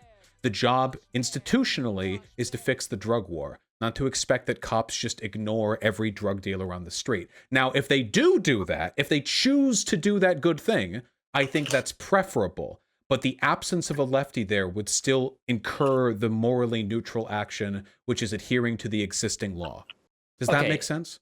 No. Can I sidestep and ask a question about that? Because I'm so confused. Sure. If you can be replaced for doing a particular action, does that mean that any action that you do is always going to be considered morally neutral? That action can't carry moral weight because someone else could just step in and do it regardless?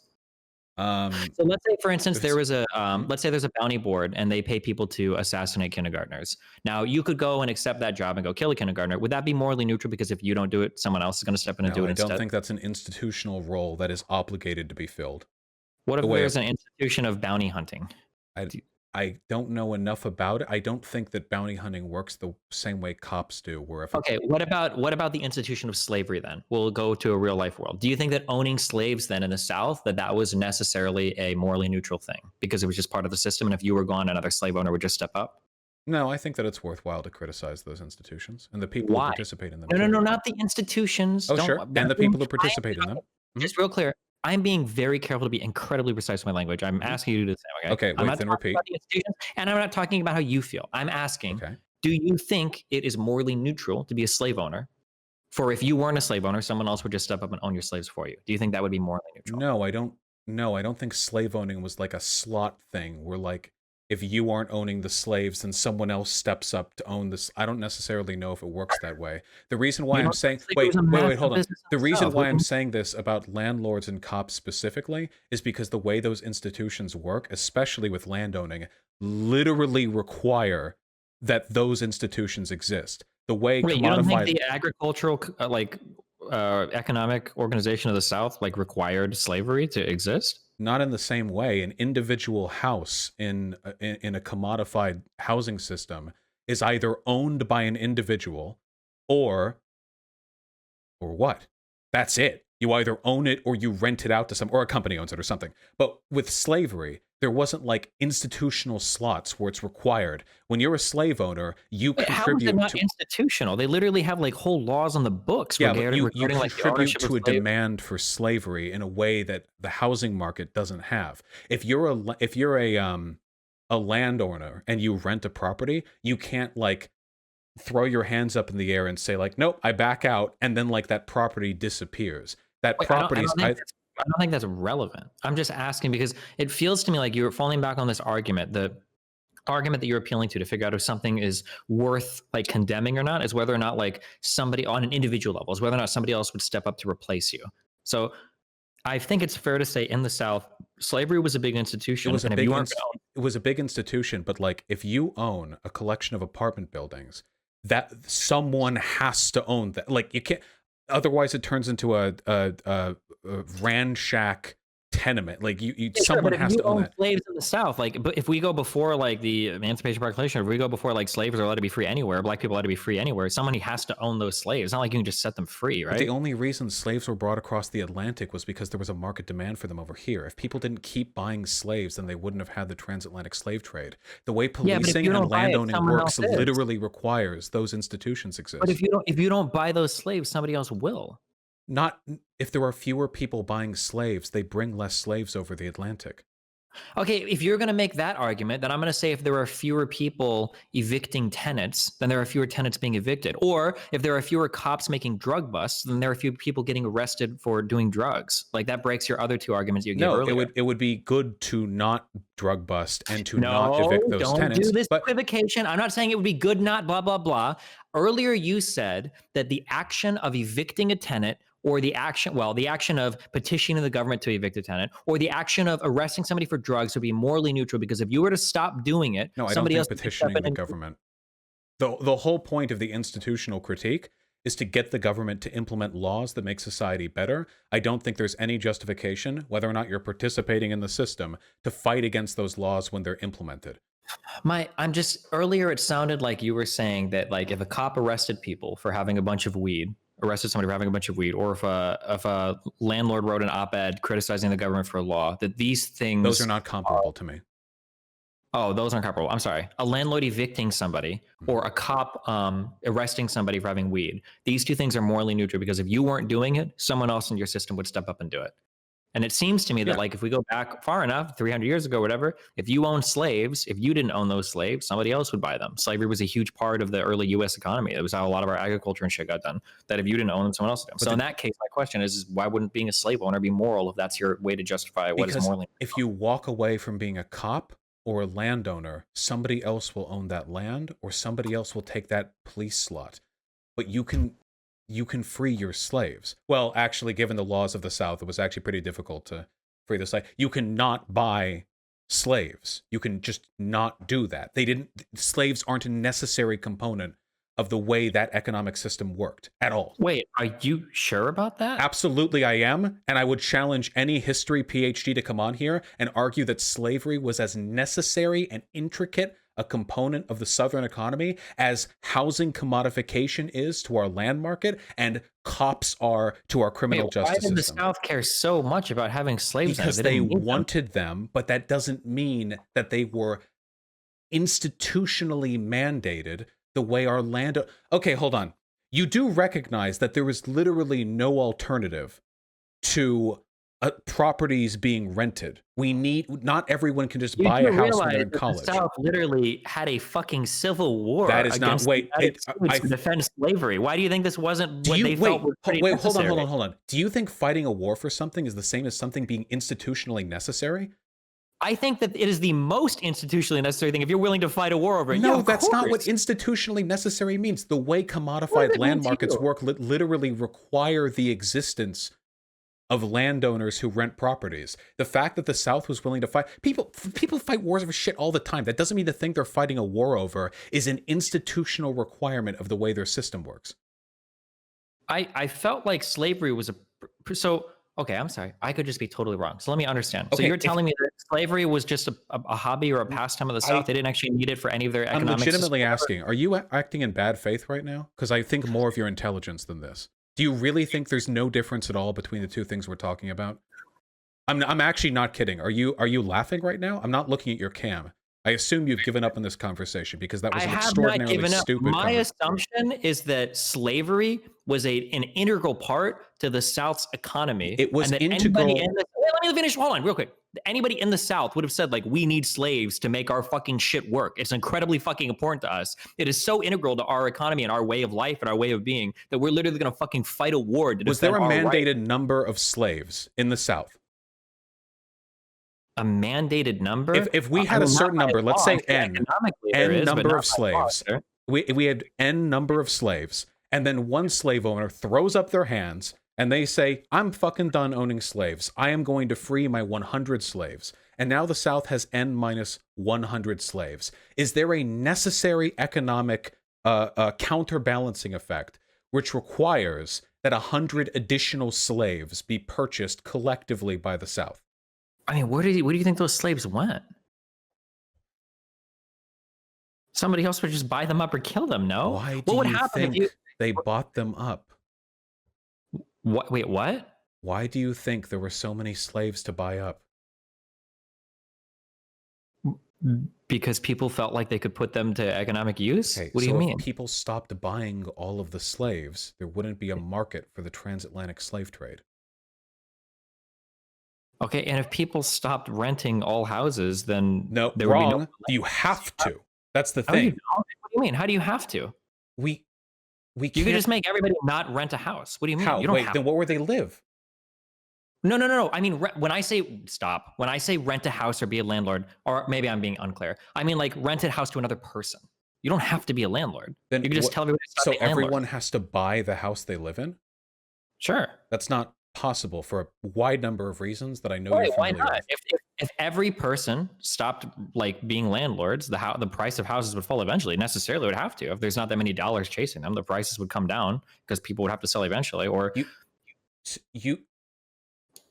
you think the way that our system functions... Wait, I gotta point this out. Okay, I have to point this out because you're I way can't, smarter than this. No, because you keep saying this like this. So I'm frustrated. I feel like I'm talking to a bad faith actor. No. You made this comparison, okay? You're like, you think that it's possible that everyone could just buy a house? You literally threw as an example of me. Well, everyone could just stop owning slaves, okay? So no, okay? I'm not gonna let you pretend like I'm not saying everyone could. Did I at any point? I'm not saying that my comparison is so unbelievable when that was your argument. Did I at any point say that? Okay, let's be clear, okay? So let's be clear.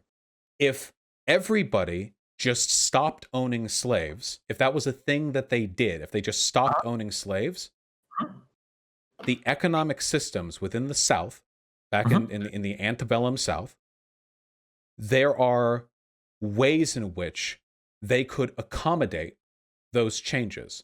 Because at the end of the day, a slave is just labor that you're not paying or treating very well. There are ways to change that And we know that because they did. We fought a war and they lost. And after they lost, and there were no more slaves, a different system was implemented and it worked.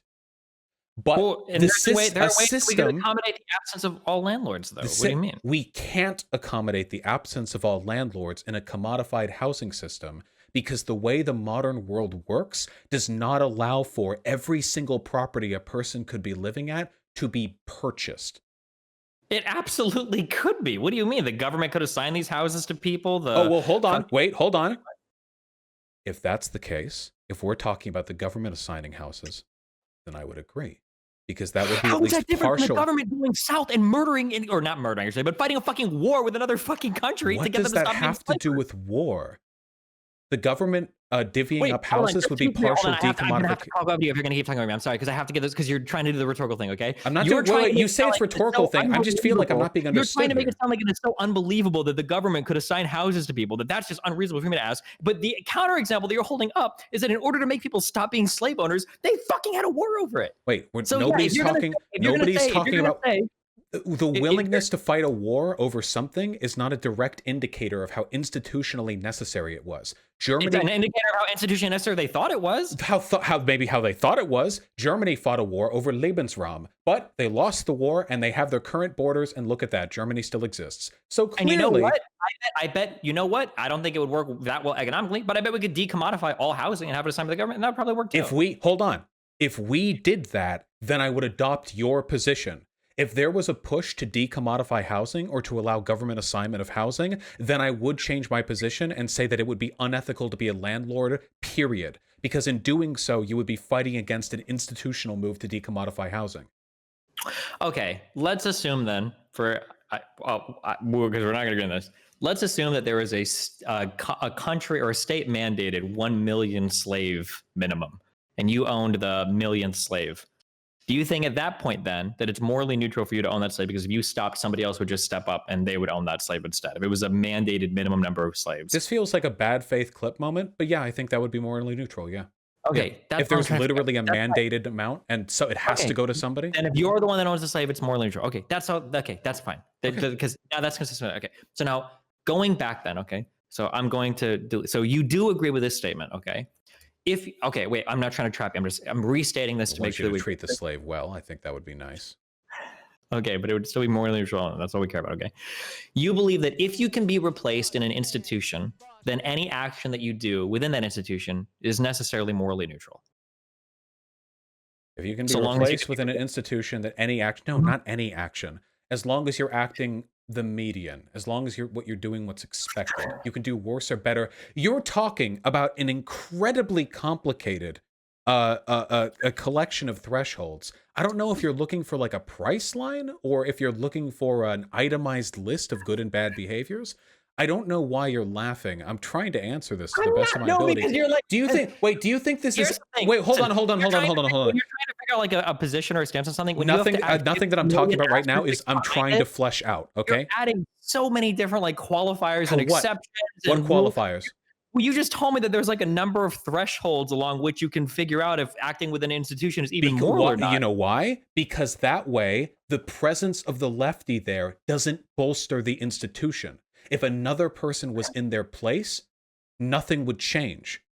That's why. Okay, so that's fine. But even if there's a lefty, they're treating his slave poorly. It's not going to change anything if somebody else replaces him. It's absolutely changing something for the slave, dude. Okay, then in that case, it's not enough to just act normal.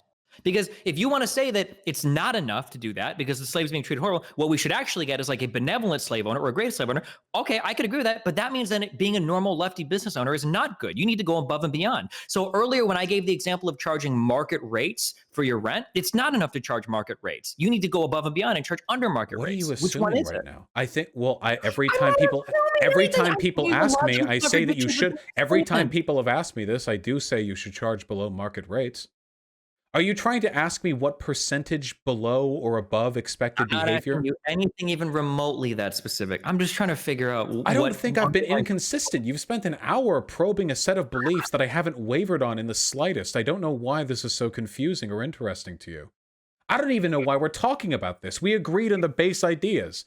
We agree that if you're a lefty and you have access to means, that it is good to do what you can to advocate for your political positions. If a person chooses not to do that, I think it's unfortunate, but at the end of the day, at least they're making good content on YouTube. Or bad content if it's you, because you don't like the same stuff that I like, I imagine. And if they do especially bad stuff with the power they accrue through their wealth, then I think that's bad. And you would think that's bad because you don't like bad things. I don't know why this is so disagreeable. If you want, if I really spent the time, I could think about it for a very long time.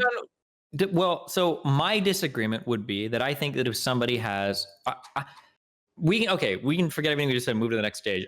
I still don't know what you think in the prior stage, so it might come up again. Wait, what curiosity do you have? I don't know what you think is good or bad in terms of how you can act in society, but maybe that's not important. The next part of the can I ask you a really quick question? Okay, hold on. Can I ask you a quick thing? Okay. Do you think? Okay, wait, hold on. Chat's gonna be me. Do you think child slavery is good or bad? Do I think child slavery is good or bad? Well, if there's so many ways that we could define this, does going to school count as a slave? In general, I'm not trying. It's not a gotcha. Okay. Yeah, I would say child slavery is probably bad. Okay, yeah. I agree that child slavery is bad. I'm glad we agree on that. Now, that's good. There are more slaves around on Earth today than there have been at any other point in human history. They're all over the world. And the supply lines that we get our stuff from, it relies on child slavery. So I think that it's bad that those things happen. That when I buy a thing, when I buy a computer or an iPhone or something, I look at that and it's like, fuck, like this came from a sweatshop or something, or like something misfortune touched this item at some point along the line. Is that a feeling you get? Do you ever think like it would be a better world if that wasn't the case, if I could rely on fair market treatment for everything that I buy? For sure. Okay. I completely agree with that. And institutionally, you think we should push for fair labor rights all around the world to the extent that we can. Okay. Do you agree with that? Yeah, I think so. But you think it's probably okay for people to like buy an iPhone?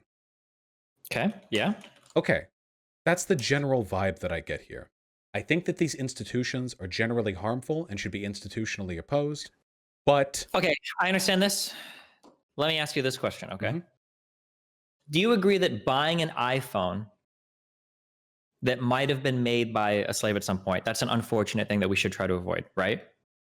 I don't know if I can criticize a person for getting an iPhone. I mean, I think it's good if you don't. It'd be nice to avoid it. It's like, yeah, sure.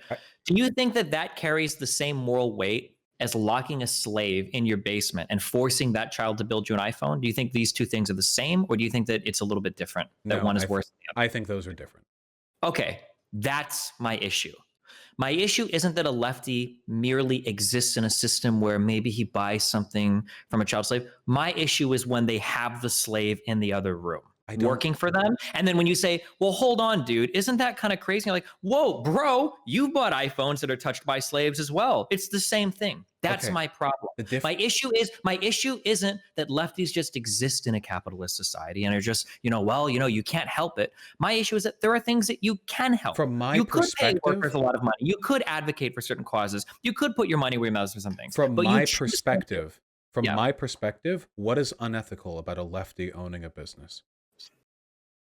A lefty owning a business by default isn't unethical, but if they own the business and they run it like any other capitalist, sure, owns a business and has wage slave employees. Okay, what about that?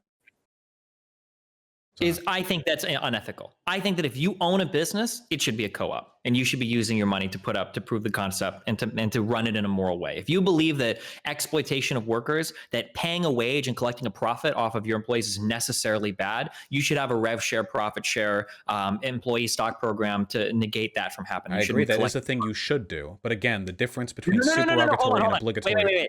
Hold on. I'm not using the vocabulary here. Okay, I'm in Destiny world. I'm saying that it would be unethical.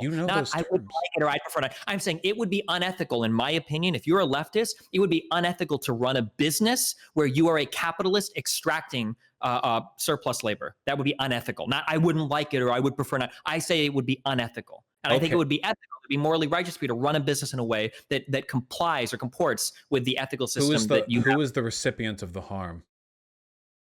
For what? For that example. If you run a business, the recipient of the harm would be the workers, the laborers. And if you didn't start a business, where would they be working? I don't know, somewhere else. Somewhere else. And if you started a business and they had an opportunity to work at your place or another, and they chose yours when they could have had another, what would your absence have meant to them and the harm done to their world? You weren't the one committing the immoral action. So there's no actual change in the harm done to the world. Is that correct? Correct. Okay. Well, but that doesn't matter, though. It is the only thing that matters to me. And because your participation in these systems... Oh, no, hold on. Wait. Stop. Just if your participation in these systems, and let's be perfectly clear here, okay? The crime of capitalism is not that there are businesses that are privately owned. The crime is that there is nothing but. Whether or not a lefty chooses to open a business has no bearing on the existence of capitalism, and it also does nothing but, and this may sound like a capitalist argument, but I do believe this, expand the opportunities for workers in the region, because they have N+1 places to potentially work at now, furthering their opportunities and potentially giving them a better shot. The implementation of a business only adds utility, it doesn't derive it, whether or not you're a lefty. The problem is you committing the action that you deem immoral. You can't use the system. I don't think that's immoral. Okay, fine. So here's a question. You enter a shady business, okay? Let's say that there is a woman, she's locked in a fucking cage, and it says not going to be freed until she's raped. You know that no matter what happens, somebody has to rape that woman in order for her to get freed. It doesn't matter if you do it or someone else does it. I'm not going to dignify these hypotheticals. I get clipped enough. Well, so with your moral system, whether or not you do the immoral act, oh, you know what? Just because it's you, we'll go for a toned down one. Let's say that you walk across somebody's car, and let's say that on their car seat, you see that their window's down and their wallet's laying on their car seat. If you steal that wallet, are you just as okay to do it as anyone else because anybody else could walk by and steal the wallet? Is it okay for you to do it because someone else will steal it if you don't? I think those are comparable. Yes. It's the exact same thing. So there is a wallet on a seat in a car. You walk by, the window's down. If you don't steal it, someone else is going to steal it. Do you think that you might as well steal it because somebody else could? Opening a business and giving wage slaves the opportunity to work and be wage slaves at a different place, compelling no one, coercing no one, only implicitly through capitalism and market forces, to work at your place. This is the same to you as... Wait, you're giving the most based libertarian anarcho-capitalist takes right now. When I open a business, I don't force anyone to work for me. They do it by their own volition. You know that's not true. The only that's why I said except for the implicit coercion of capitalism in a market system. What's the point of me qualifying if you don't hear? Maybe I missed it. I'm sorry. It feels like you're giving me ANCAP takes. No, you acknowledge that my argument meets a utilitarian threshold. To work somewhere? You acknowledge that my argument, that what I'm saying doesn't contribute harm to the world, the net utility only increases. My problem is that if you have an actor with a specific ethical system, I think that it would be morally wrong not to act in congruence with it. So what I'm saying is, so in your world, it sounds like anybody walking by the car, you might as well take the wallet because any other person would be. But what I would say is, you could just all not. Wallet. Wait, what if you just? What if you could just not? What if just nobody took the wallet? In that case, you could just not open the business. Well, then where are people going to work? What if nobody... Another person will open the business. You don't have to. What difference does that make? The difference is, people need jobs. Nobody needs their wallet stolen. That's not relevant here. We're not talking about the particular... Yes, it is, because in that case... No, that's not what we're talking about. If everybody refrains from stealing the wallet, nobody steals the wallet and everything is fine. If nobody opens a business, there are no jobs and capitalism doesn't exist and we all starve. If there's a $100 bill on the floor, somebody's going to take it. You're saying that if somebody else walks by and takes it, because your arguments earlier was, does the net harm or the net good in the world change? Well, if not, then it doesn't fucking matter. If nobody picks up the $100 bill, everything remains fine. But if nobody opens a business, we don't have an economy and we all go back to trading rocks for seashells. Wait, then why don't you use the same argument then for the cop? If the cop shouldn't arrest the person for smoking weed because maybe just no cops could arrest somebody for smoking weed. Wait, That's not the same. You're conflating good action No, within. I'm not. Wait, hold. You conflated two things there. You did, and you'll recognize it if you give me a second. There's a difference between expecting everybody to act very well within an institution and abstaining from participating in that institution altogether. And the analogies that we're providing, not opening a business and not taking the $100 bill off the ground, or abstaining entirely. Whereas you just said, what if every cop just did really good in their job? I think that'd be fantastic, by the way. Okay, I'm going to give you this analogy from all three perspectives, Sure. okay? And it lines up with everyone, okay? Sure. So in world one, I would say that all three of these actions we can say are immoral, okay? It can be one, arresting somebody for having marijuana is immoral because you are acting in a way that I think is shitty if you're like a socialist or a moral person, even if you're in that system. I think it's bad. So one is arresting somebody for weed. Okay. Fuck you. You have a discretion. You have a discretion as a cop. You don't have to do that. Okay. Number two, stealing somebody's wallet. You don't have to steal their wallet. Even if someone else is going to steal it, fuck it. Don't do it. That's bad. Okay. And then three, opening a business and exploiting your workers by collecting wage slaves.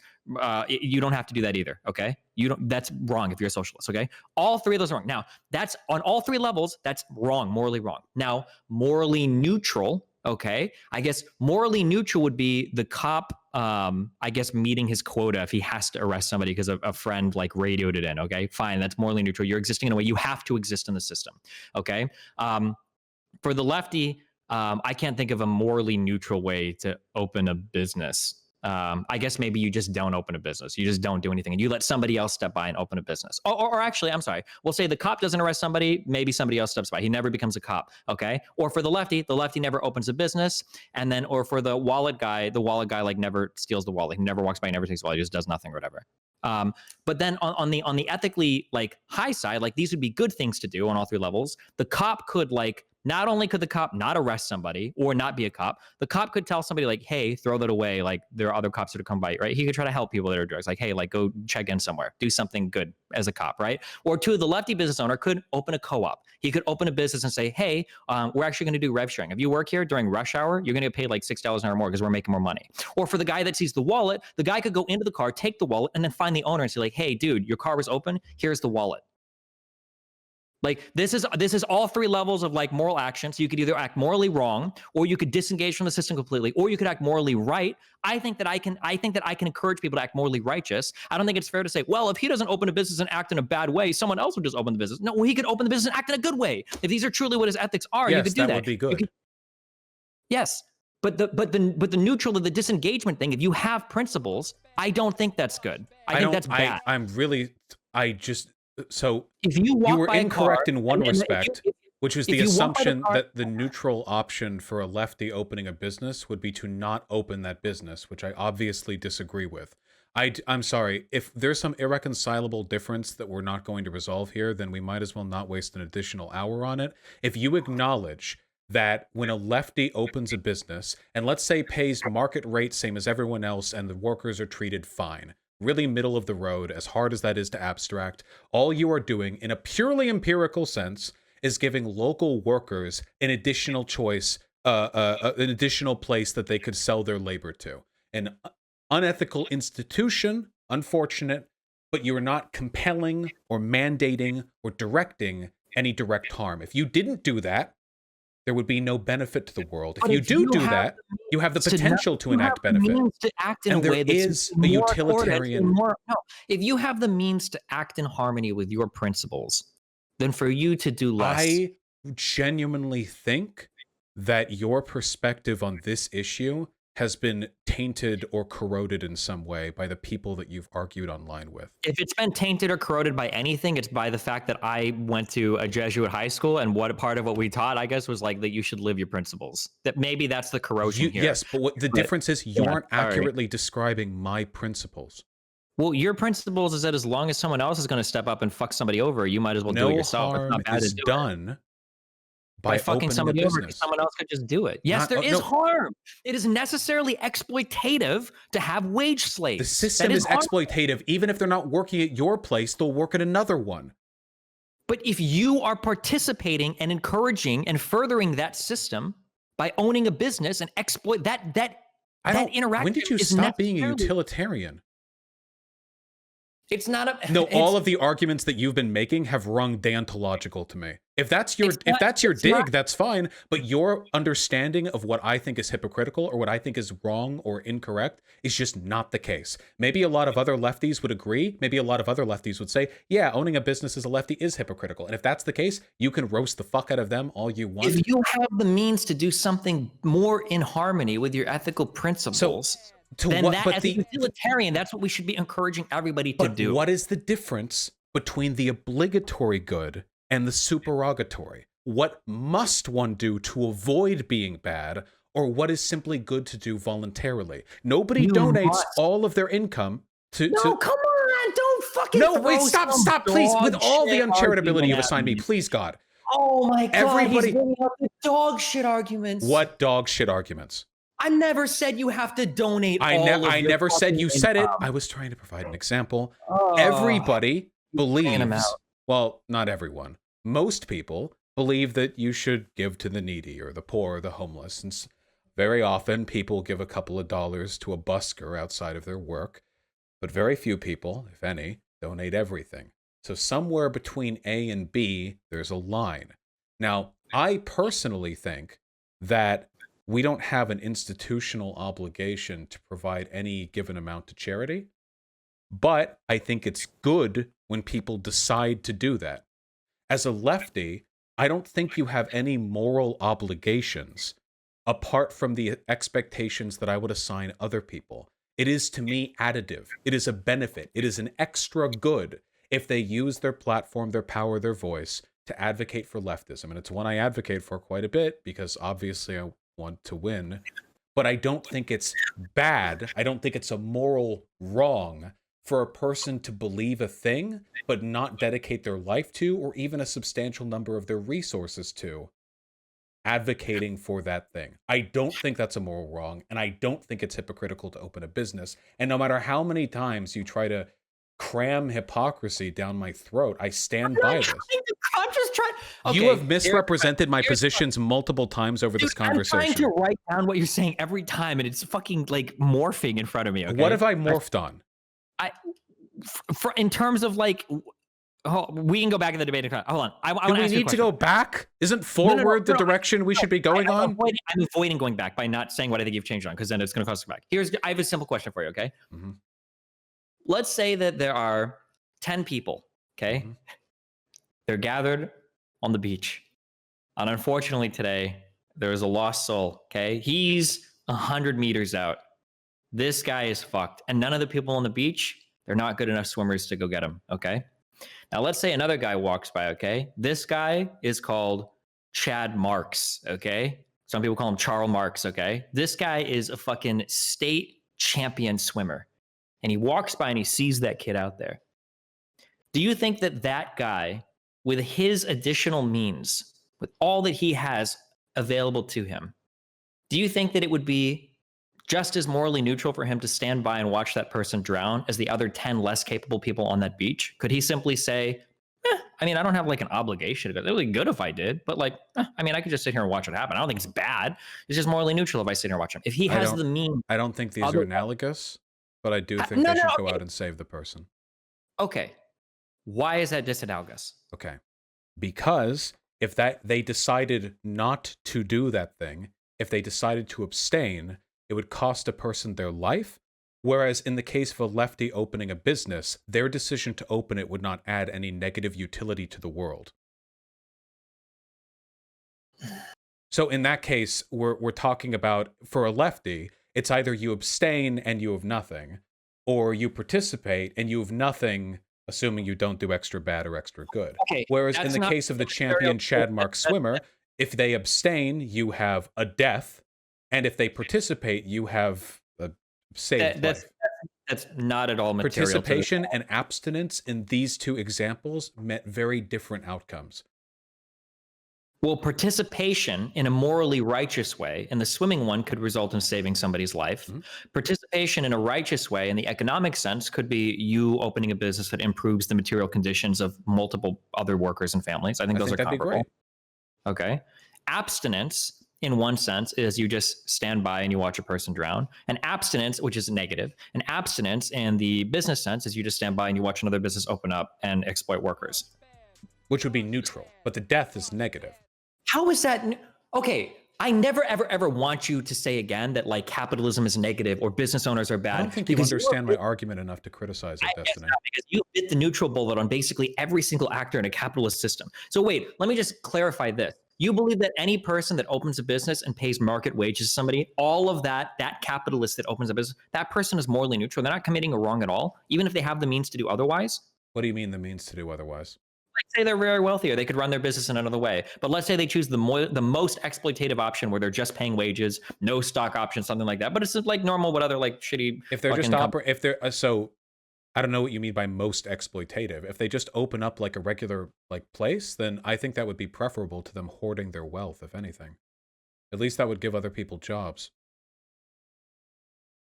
I mean, I still think the system would be negative, of course, but now if they were especially exploitative with how they manage that business, like they paid like below market wages, or they union busted, that's a big no-no, or they corroborated with other industries in the area to try to funnel labor towards them, but then drove down the price, like that kind of stuff, then that would be bad. I would not like that. Okay, Why are you so obsessed with so this isn't even about what's good or bad for society. This it is about what's good or bad for society. No, because I think you're not a socialist, so you don't care what I think is good for society. No, I still think I'm a better capitalist than most fucking at least. Yeah, you are a better capitalist than most better. So hypothetically, you would agree with socialists in a lot of criticisms about wealth inequality. But I try to live my principles. And I think that it would be unethical for me to maximize my existence in a capitalist society. I've turned down a lot of money for stuff that would maximize my existence in a capitalist, because I think it's unethical to do so. I don't agree that like because it doesn't further what I believe in. What have you turned down? I've turned down a ton of fucking gambling sponsorships. Okay, you've turned down gambling in the CS:GO skin days. There was so much of that shit that I fucking turned down. You've turned good, and you've turned down, and I, for my part, have turned down every sponsorship because why? It's not a part of my aesthetic. I don't want to. Okay, wait. Then no, I just don't. I don't want to. Wait. Don't compare that to me. Okay, you're on a lower level there. Okay. Wait. Wait. Why the dick measuring? Hold on. I intentionally have foregone money that I could use otherwise because it is in accordance with my principles. Okay, you're not doing it because it doesn't fit the aesthetic that you sell on your YouTube channel. Don't compare those things. My principles are that I'm not a cuck and I don't want to advertise some product. No. Stop. Don't walk back what you said earlier. Okay, whatever aesthetic that you sell, that's called a brand. Okay, so if you're doing something to help your brand, that's different than me making an ethical choice. I wouldn't like lose money or followers by accepting sponsorships. I just don't like doing it. Wait, I feel like you're fixating very hard on the language here. The fact of the matter is, I don't care enough about money to do it.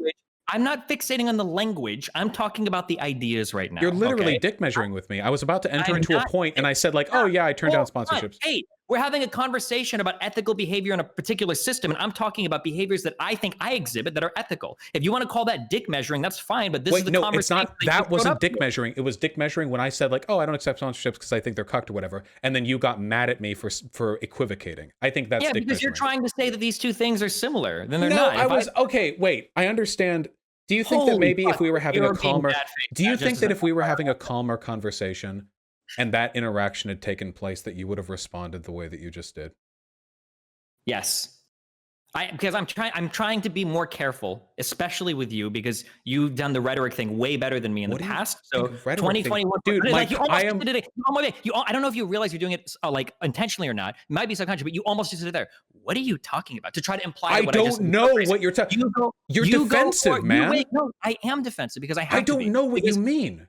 So okay. I can explain it to you. How do I non-rhetorically talk to you? You engage in rhetoric. Oh, we all do. It's the way you convey information. No, I intentionally have not engaged with rhetoric for That's not. Wait, I've seen you say this before. You don't know what rhetoric means. Rhetoric doesn't mean that you engage in superfluous language or hyperbolic statements. Rhetoric is literally rhetoric is just the art of persuasion. That's all it means. Is persuading somebody for something. That's what rhetoric is. You're arguing with me. That's an act of persuasion. No, it is absolutely not. If you genuinely believe this is like fuck, I'm trying to think of an example. Most of my argument is literally like propositional and like analytic logic. Okay, that is not. That's rhetoric.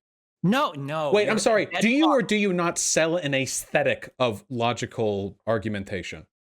To some extent, sure, yeah. Okay, rhetoric, the way you phrase things, the way you decide to make arguments, that's not, it isn't rhetoric or logic. Rhetoric is just the way you deliver your information. And I have at no point during this conversation sacrificed the sincerity of my argument for the benefit of getting cheap points over you. In fact, if anything, I would say that you laughing and then busting out arguments about raping women in cages or owning slaves is a much more effective rhetorical tactic where you're trying to impugn my argument by reducing it to moral depravity than anything that I've done during this time. More rhetorical effective. By the way, when I gave examples, I had the decency to lay out examples that I thought were reasonable, pragmatic, and something we could all relate to. You were the one who went straight to the rape cage. You play a rhetorical game incredibly effectively, and that is your rape cage, Destiny. Now.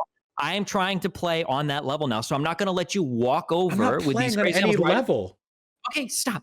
The disagreement that we had earlier is you asked me, because you said this in a very insulting way. I don't know if you realized that or not, okay? But you were like, what have you actually turned down? You said that. And then I gave an example, okay? I've turned down gambling sponsorships. I also pay exorbitant wages, better than anyone else in the industry. I pay way better than any other person here, okay? So those two things. And then you said, oh, well, I don't take sponsorships either. And I'm like, wait, really? And you're like, yeah, it's part of my aesthetic. Okay. Do you understand? I don't think you recognize that I wasn't dick measuring with you when I said that. Please fucking finish. Stop calling it dick measuring. You're trying to demean, okay, with the comparison, okay? That comparison to me was insulting because I don't not take certain sponsorships because of my aesthetic. I do it because of my principles. Those two things are very different. Okay. That's what upset me. When I said aesthetic, I suppose you wouldn't buy me saying, as a lefty, I don't like the idea of doing legwork for corporations to advertise products that I don't give a fuck about. But you would say that's walking back, because what I actually believe is that it's purely an aesthetic flourish, and me fleshing it out now that I realize you've been made upset by my language is an attempt at being reasonable. The thing is what I would say is I wouldn't believe you. That's what, right? That's what I just, yeah, exactly. So I don't care.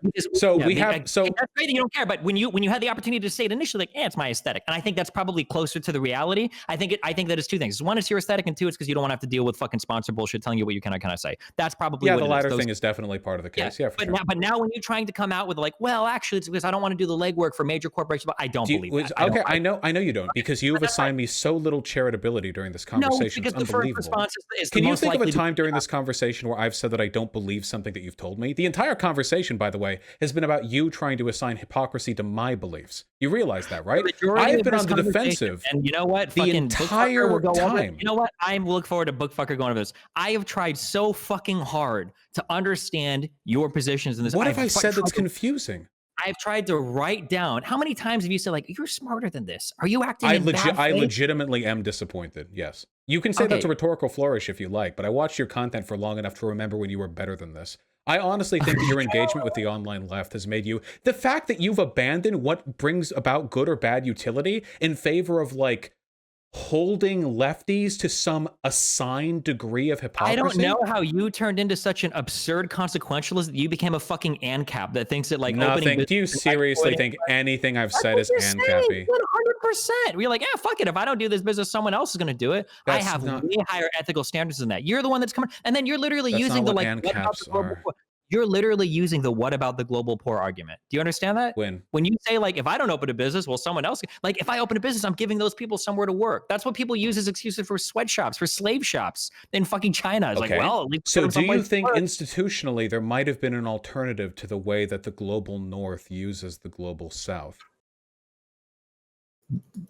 I don't understand this question. Okay, so if you're a megacorp or if you're a government, do you think there might have been an institutional alternative to the current relationship that we have with the global poor? Like right now we have this, sweatshops are better than subsistence farming, but do you think there might have been maybe a more stringent advocacy for labor rights or like Western governments getting together? I think so. Yeah, okay, for sure. So the problem that I have with sweatshops aren't guys who are working at the sweatshops or managers at the sweatshops who are counting fat stacks of yuan while smoking a cigarette. What I care about are the people in power who allowed that set of institutional forces to take place there. I feel like I've been incredibly consistent on this point, like on every example given, but we're not even arguing over what you believe. or what you think is good or bad. You just keep telling me what it's hypocritical for a lefty to do. I'm not.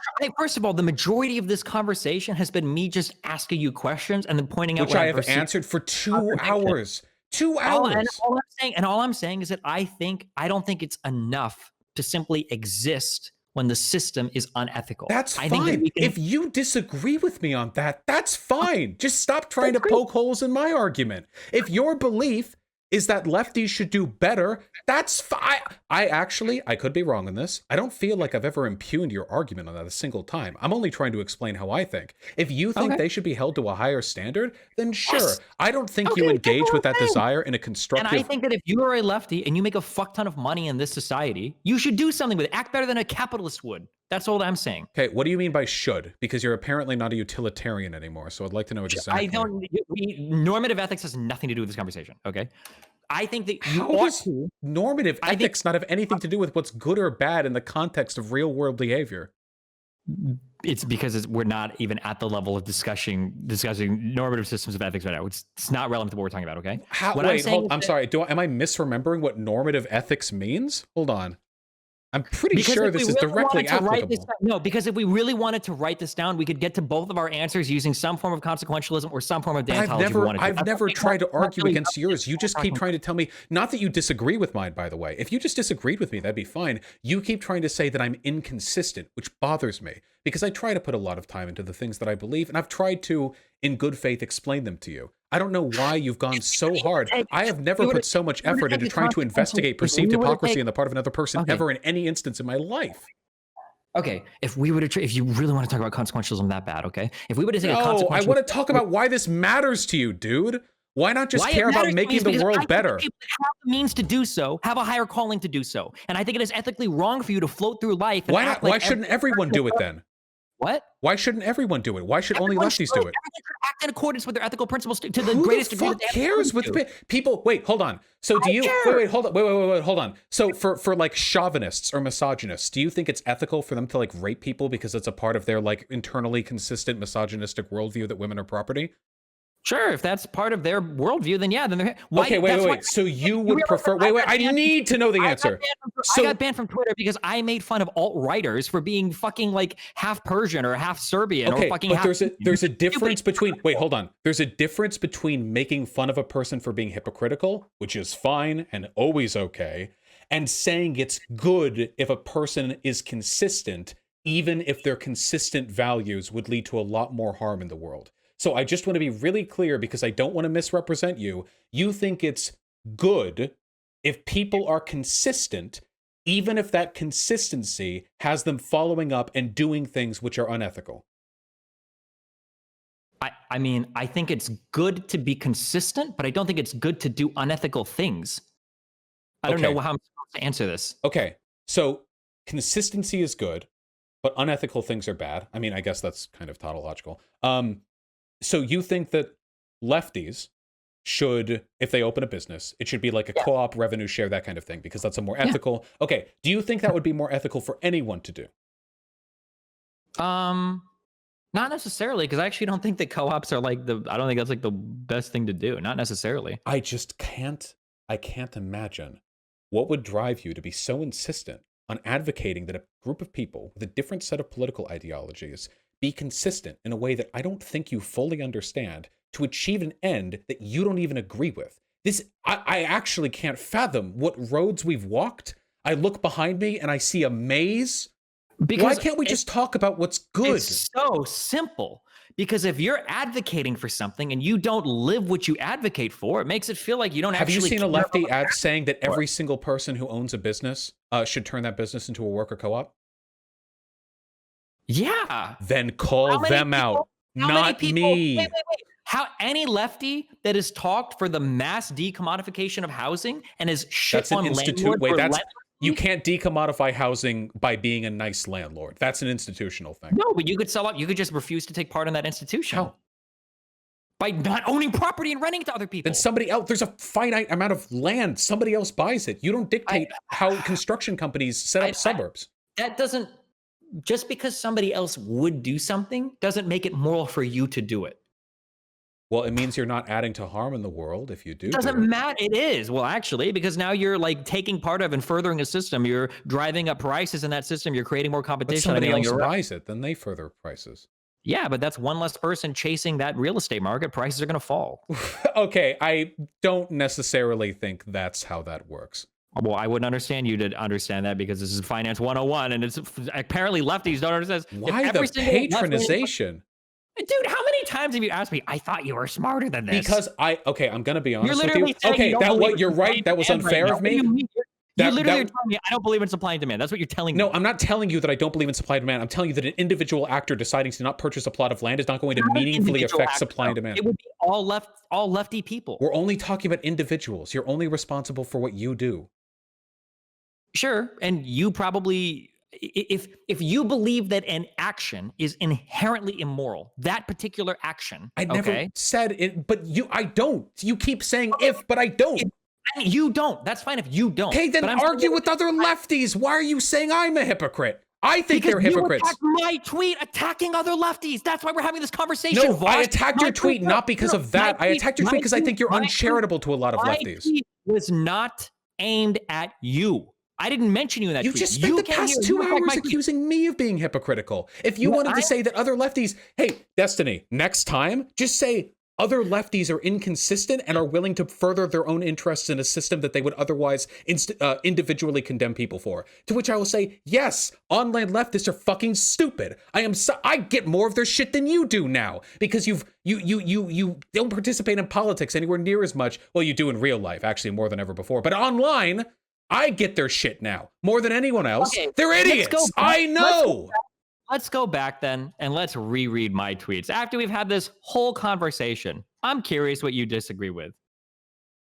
Where are your tweets? Where do I? Tweet the ones that you were going over on stream. Number 1. Those yours? Online socialists. So I'm specifically talking about online socialists, by the way. I even say in the tweet. Wait, I need to see I don't have a good enough memory. Hold on, I'll bring it up. I was reading it. Here, I'll link it to you. I just have a bad memory. Yeah, okay, thank you. There it is. Okay, right there. Okay. Okay. Online socialists want you to know how much money they make because they want to constantly trick you into thinking they're on your side. Their rhetoric is much more effective when they can start their calls to action with "we need to" instead of "you need to." I don't have a problem with that. Okay. No, wait, sorry. I don't have a problem with them doing that. I do have a problem with your tweet. Okay, what's your problem with my tweet? Yeah, saying we need to do X is way more rhetorically effective than you need to. Can you imagine if Bernie Sanders was like, you all need affordable health care. I'm fine. I'm wealthy. Like, no. If you're a populist, then naturally your statement should ring with the interests of the people. I don't think it's dishonest to do that. Do you think that it might come off as a bit disingenuous when you present yourself as a working man that's rallying alongside your viewers? If you present yourself as a working man, then yes. But if you're forthcoming with your income, as I try to be, and you say stuff like, we need a higher wage in this country, I don't think that's dishonest. Stop where you're at right now. Why are you talking about somebody being forthcoming with your income when I literally at the top say socialists that don't want you to know how much money they make? I'm not talking about that. Because I think that your tweet gives the impression that like, hold on. Online socialists don't want you to know how much money they make because they constantly trick you into think they're on your side. Okay, we can go on this point by point. Okay? First of all, okay. So first, let's do this. So because they want to constantly trick you into thinking they're on your side. I think this is a completely inaccurate reading of the reason why they hide their incomes to the point of being like delusional. The reason why they hide it is because they're a bunch of dumb fuck online lefty 14-year-old Tumblr exiled dipshits who will attack anyone who they say making more than $50,000 a year off of Patreon and accuse them of being traitors to the revolution. Now, I do still think that online leftists should show their income. I've been very clear about that. I've talked about that even to people who hide their income in private. But I don't think it's because they're trying to constantly trick you. I think they're just trying to avoid drama. This assigns a lot of malice and a lot of duplicity that I don't think is present. Okay, hold on one quick.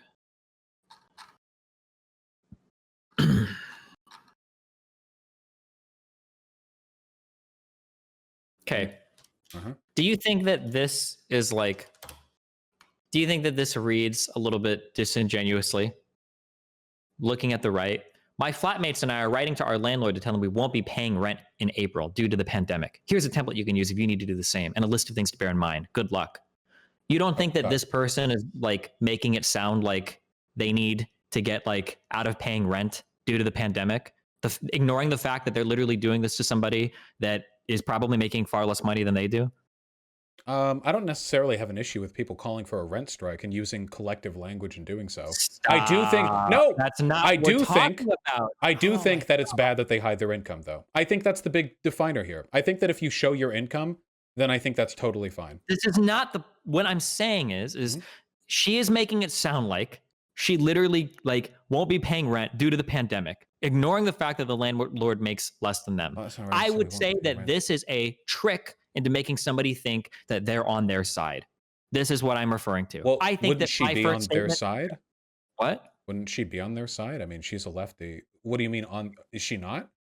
As in, has the same struggles, has the same class problems, has the same like problem affording rent, when that's not the case. If there is definitely an implication here that they can't afford their rent that I do find a bit unsavory. This is why I really wish they would show their income. But the general, like, we should do X language, I think is perfectly acceptable. Stop. I don't think Why we're do you say you made a stop? compare. Hold on. I have to do this because I can't let you get the rhetorical wins. I'm sorry. Why do Because you keep accusing me of rhetorical wins? because you are because you dude, I wait, watched you. I'm you no might not better at realize it than you're you doing- are. I'm listening for it now and I'm hearing it more. Okay. Earlier, you used the comparison of Bernie Sanders. When Bernie says something like "We need free healthcare, we need free blah blah blah," Bernie Sanders is not presenting himself as a fellow poor. In fact, I'm almost positive that I've heard Bernie Sanders say, I think word for word, the average American should have the same healthcare that I have in the Senate. I'm pretty sure he said that word for word. I think I've heard Bernie say that. That would be So like the you're equivalent of compar- showing your so income on stop. Patreon. So this is why I'm calling this a rhetorical win, because it's a disingenuous comparison. When Bernie Sanders says we need to do this, that's different. I don't think Bernie Sanders would come out and say, we need to go on strike and stop paying our mortgage. I'm writing a letter to my landlord saying I'm not going to pay the mortgage. I don't think Bernie Sanders would fucking Pretty say crap that. Bernie That's Sanders what impression. That's what I'm talking about. You can try to divert, okay? But Abigail's tweet Come here, on, man. Really?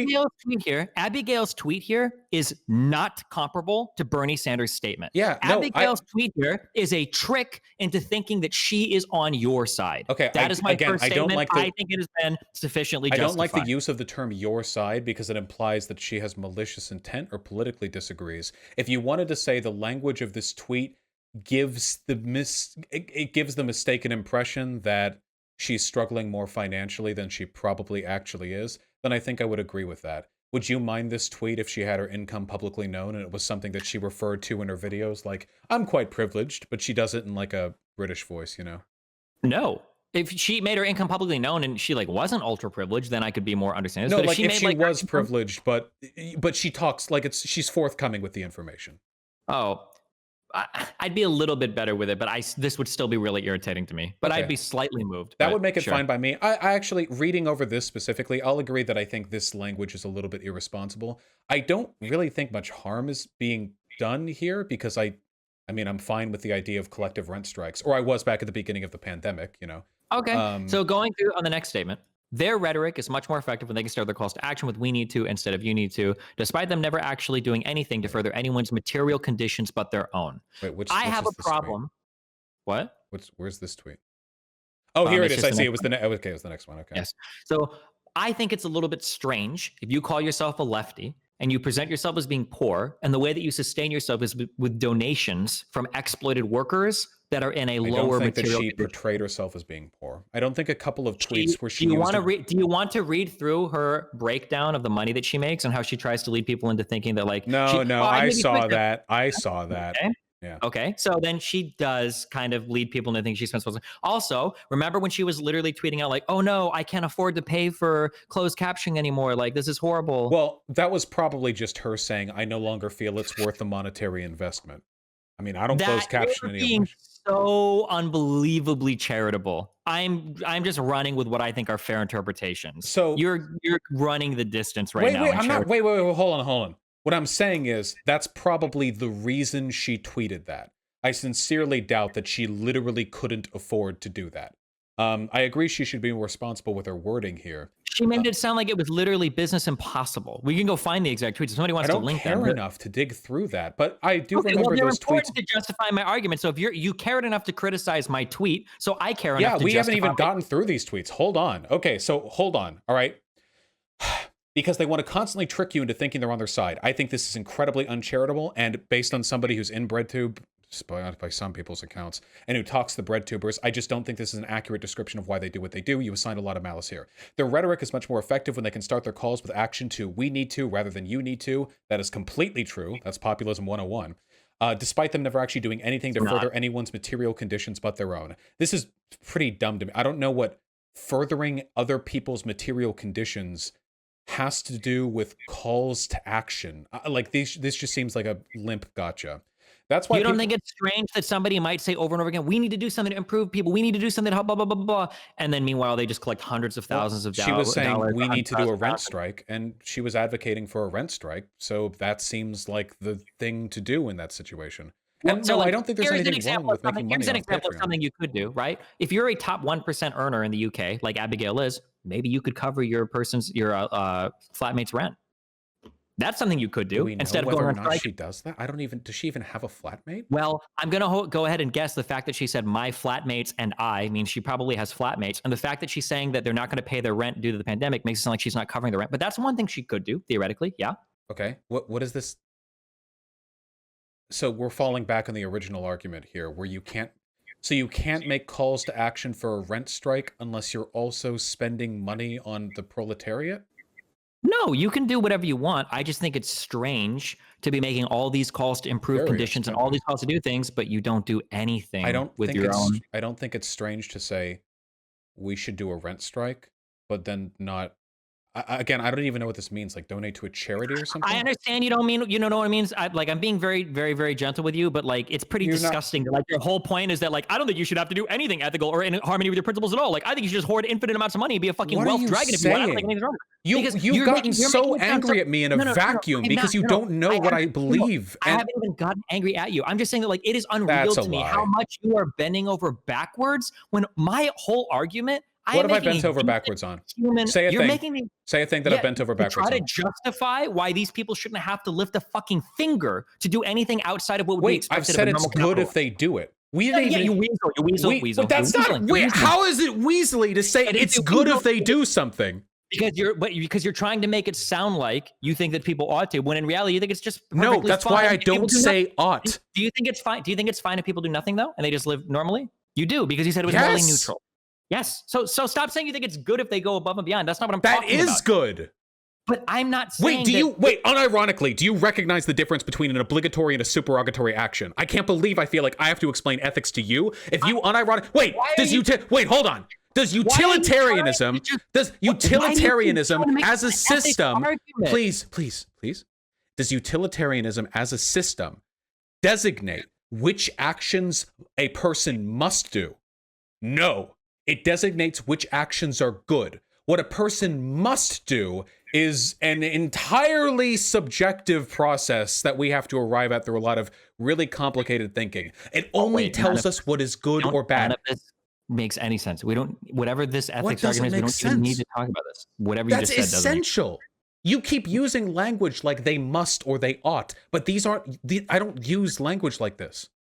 Sure, but I am. That's what I'm saying. The difference is, I think that there is an imperative. Yes, you think that if you're a leftist, you must adhere to a set of principles that leftists conveniently don't engage in, which gives you an excuse to be mad at them. We know. It's been the subject of 2 hours of discussion. Nobody has learned anything, and nobody has arrived at a further understanding of any of the issues being discussed here. Weaseling around of this is like, well, I think it would be good if they did it. I haven't weaseled a single thing. I've owned every position. Then what do we disagree on? I keep telling you we don't. You're the one obsessed with this. I thought we were going to have a chill conversation. I was just trying to do my Twitch ban. I'm interested in the difference you have. We don't disagree on it, but when I opened your video, I think I only got like 30 seconds. I think these are dumb tweets. Yeah, stupidest fucking tweet I've ever had. These are the dumbest fucking tweets. Yeah. You are incredibly blinded by spite when it comes to your engagement with I don't think I've said anything spiteful. I know you don't. That's why it's blinded. The number of people that exist on this earth that don't live their principles, but instead just talk the talk. I don't care whether people live their principles. I care whether people's net actions contribute to positive utility. Well, I think that people living their principles, I think will probably contribute to better net actions. That's spectacular. Destiny. Okay, cool. So anyway, that's why people like Philosophy Tube will brag about not paying rent. She never bragged. She said that she wouldn't in solidarity with the rent strike. You have to express solidarity. You can't do a rent strike saying, I'll pay rent because I'm rich, but you all don't. Ignoring that they're the top 1% of you. You absolutely could give a template for doing a rent strike without saying that you yourself are doing It is a rent strike. undeniably more rhetorically effective to say that you are doing it in solidarity with others, and rhetorical Well, they effectiveness can is do that, but then necessary I'm for gonna the call them out for organization of a being a rent piece strike of because you're shit. trying to get Yeah, a bunch that's of fine. people in it. Okay, I'll call them out for being a piece of shit then if they want to. Sometimes I give advice to people in chat for like, hey, like these are ways that you could like, negotiate down debt and stuff like that. But I'm not going to say I'm going to sit there and do it or whatever. Like it's What? I'm saying that I can give advice for how people can improve their conditions without pretending that I need to do the same thing. Yeah, even if it's I already acknowledge that I think that the language of the tweet that you linked me could have been more responsible and that she should show cool. her income. However, Awesome. I don't think she bragged about not paying rent. And then we go on, ignoring that they're part of the top 1% of UK earners and likely out-earning the person they're paying rent to. They probably are likely out-earning the person they're paying rent to. I don't know why you're saying she's ignoring that. Again, this is that's ignoring that because she makes an attempt to obfuscate how much money she makes. I don't think that. I think the language of your tweet is exceptionally uncharitable, and considering how specific you've been with your language with me, I think that you know that. You know that this language comes off spiteful. You are being charitable to an unbelievable amount. When somebody does when somebody does like a transparency report on how much money they make and they don't use a single fucking number, I'm sorry, dog. I'm coming down real harsh on that one. Sure, then come down on that. If you want to put on the kid gloves for that, that's fine. But I'm seeing a lot of bad faith there. If somebody who does a transparency report and doesn't list a single fucking fact or figure while constantly complaining that like, oh, sub captions are making my business unprofitable, or oh, I'm going on rent strike with my at the 1%. Nah, I'm not going. What? Top 1% in London is £300,000 a year. I guess it's possible that she makes that. Oh, I didn't put London earners. I put UK earners. I Oh, don't know well, what the that's top probably a pretty big difference. But the good thing I put UK earners instead of London earners. Then, well, she might be in the top 1% of London earners, though. It's possible. She lives in. I think the city kind of matters, but it doesn't matter to me. No, wait. So if somebody was like, "Are you the top 1% in America?" You're like, "Hold on, I might be the top 1% in America, but I'm not the top 1% in LA." Okay, what are you doing right now? Are you serious? Not necessarily cutting lines with the top 1%, but the difference in America between making $100K a year in like Wisconsin versus making it in like New York, I think that's a pretty significant difference. Yeah. Like if somebody was like, you make 6 figures, and somebody was like, yeah, it's $100K and I live in fucking Long Island, okay? I'm just trying to live. I think that's a pretty significant difference. If you're a top 1% earner in the United States, you're doing really well, literally no matter where you live. Yeah, I'm clarifying that there is a 3 times difference between top 1% of UK earners and London earners. I think that's worth like pointing out. Don't let me get in the way of your hate train. No, that's fine. It's okay if you want to be non-specific to allow your audience to assume the worst possible thing. That's totally okay. I know you don't have an issue with that. If I would have put London, would I need to find out what fucking neighborhood she lives in next? Like, I think you could average out to a city, and that would probably be okay. But I think that's pretty different from just averaging out. I don't even know if she lives I don't even know why I'm getting caught up on this. I don't even know if that's true. All right. And it's why online creators will hide their revenue from you while pretending they can't afford rent, or why lefties who graduated from Harvard will pretend they're like you because they're unemployed. And then you link Breonna Joy Gray, who I think is a piece of shit, so I'm not going to defend anything that she's done or said. It's not altogether much different from conservative billionaires who pretend they're quote-unquote just like you, claiming they're fighting on your behalf while they laugh it up all the way to the bank. I think this is pretty insane. To say that a bread tuber who doesn't display income on Patreon is like a conservative billionaire who lies to the people while laughing it up to the bank. I understand the underlying logic, but this is a ridiculous. It is absolutely apt. When you are selling lies to your people and you're pretending that you're some poor person, and basically any fucking thing having to do with economics or finance that any lefty post ever. Wait, hold on. What does the content of the videos that are being made have to do with this argument? Because conservatives tell lies to get people to believe some ideological basis, and they make a fuck ton of money. When people like Philosophy Tube make inaccurate, trust me, as a person who's recently made inaccurate takes, they're not done because, at least not with these people, they're not done because they're deliberately trying to make a cheap buck off of misinformation. They're usually doing it because they're just wrong. Oh, okay. Well, then I'm sure there's a ton of conservatives that feel the same way. There are a lot of conservatives who are they're just like doing it because they're just wrong. Yeah, there are conservatives like that, and you know that. I've listened to.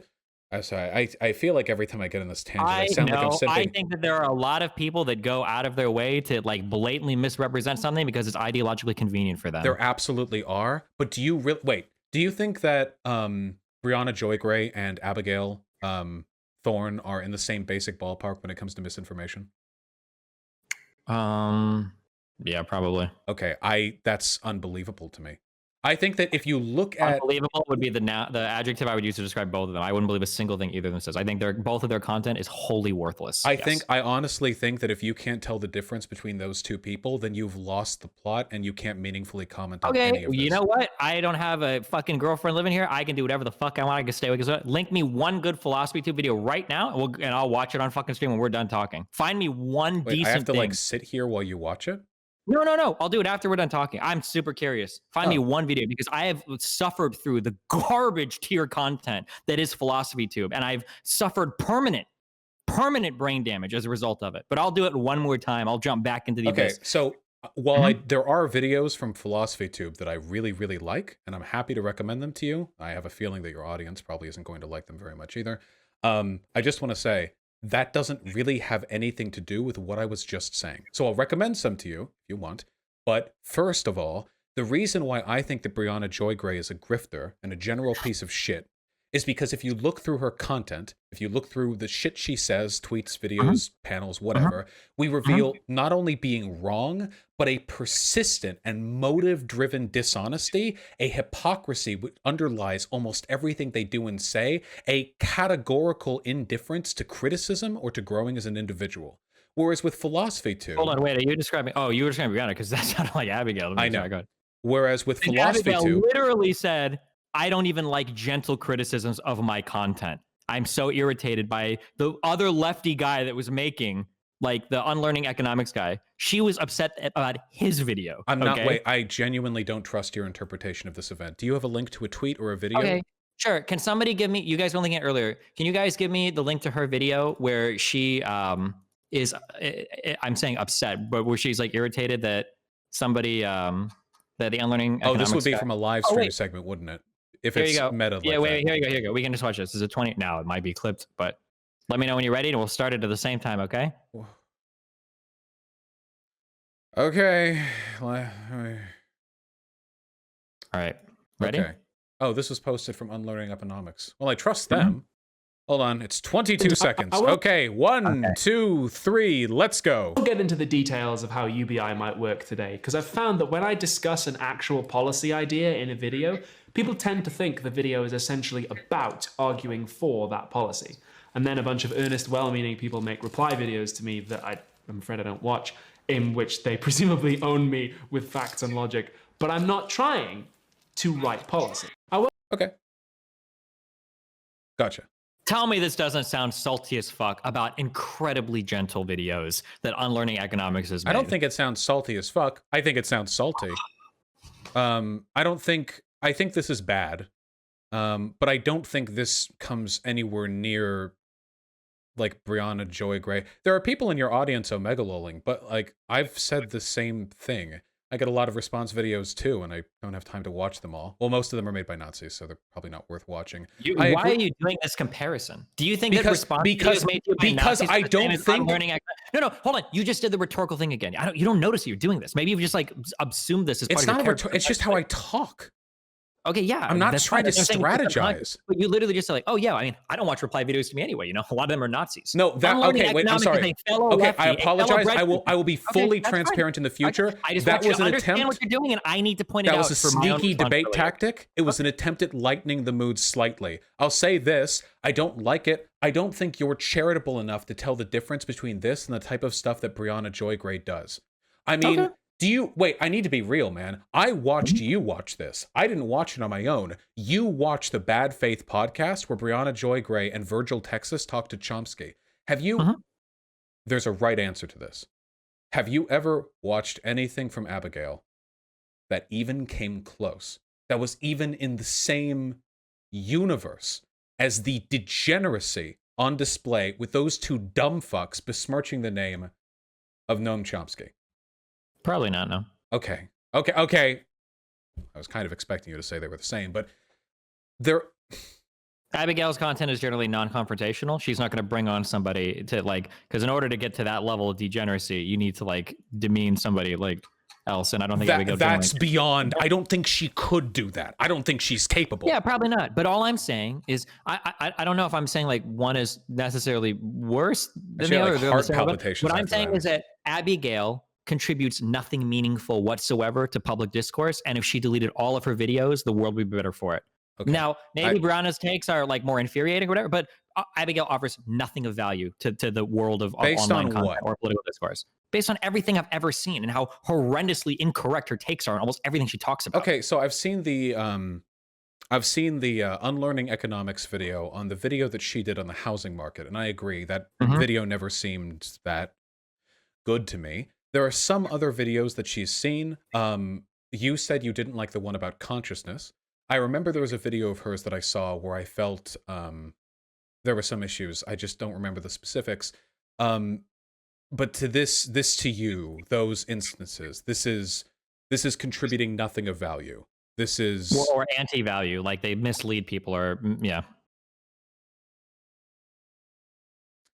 Who do you like? Hey, you know what? You know what? I will fully admit, maybe there is something of value that I've just missed, and maybe only every video I've seen has been fucking horrible, atrocious trash. And that's why I'm excited for you to link me a video after this. What about the work video? You know what? And I might the work video. I saw your stream watch it. I thought it was a pretty fine video. That's the video from which we just saw that clip. I saw chat being absurdly. Oh my god! I remember jumping around near my tinker's furnace. Was this the one where she was complaining about like doing data entry and shit? She was dressed like Scrooge, right? I think, or it was like a Christmas thing or something. I've blacked parts of this video from my mind. I don't know. It really if this wasn't as bad as you remember. I don't think it gave like bad information. It was just like a horrible, worthless fucking video. Wait, horrible, worthless? Why the emotional investment? Horrible and worthless. No, I don't have that much of an emotional investment. It was you care enough to call it horrible and worthless to say she should delete her channel. Fuck, what was it? I'm trying to think. She made like an analogy to like a bar owner, like not doing any work or not having any value. Just everything. Anytime any lefty on Red. Well, by definition, an owner doesn't do work. They can manage, and that's work. But the act of owning in and of itself isn't work. Okay. I mean, you leverage the capital. There's like some back end stuff, but the actual act of ownership is not labor. A lot of the time, your chat is question marking, but this is an incredibly straightforward. Wait. Okay. This is a class thing from my background. Maybe in Beverly Hills they're all franchise, but in the place where I came from, a lot of owners that own small businesses are full-time workers. Then they have to be. Yeah, then they're workers. I said the act of owning in itself. I understand. Sure. But I would be really careful to like clarify that. But also the act of owning, I guess it depends on if you're literally just like a capital owner versus like an owner / like CEO. Well, no, but that's what I mean. Yeah, just an owner. The act of owning is not labor, but most owners, especially small businesses, they do labor. I remember her saying a bunch of incredibly stupid things. Like somebody's bringing this up, like the fact that she thought that she like poured like a $10 like beer means that she should have gotten paid $10. Like okay, I recognize. I know even a lot of Marxists misunderstand.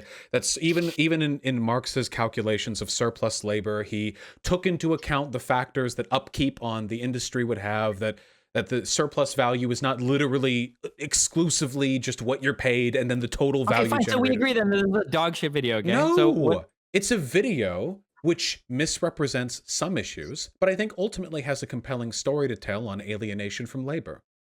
But you can't see that. Okay. I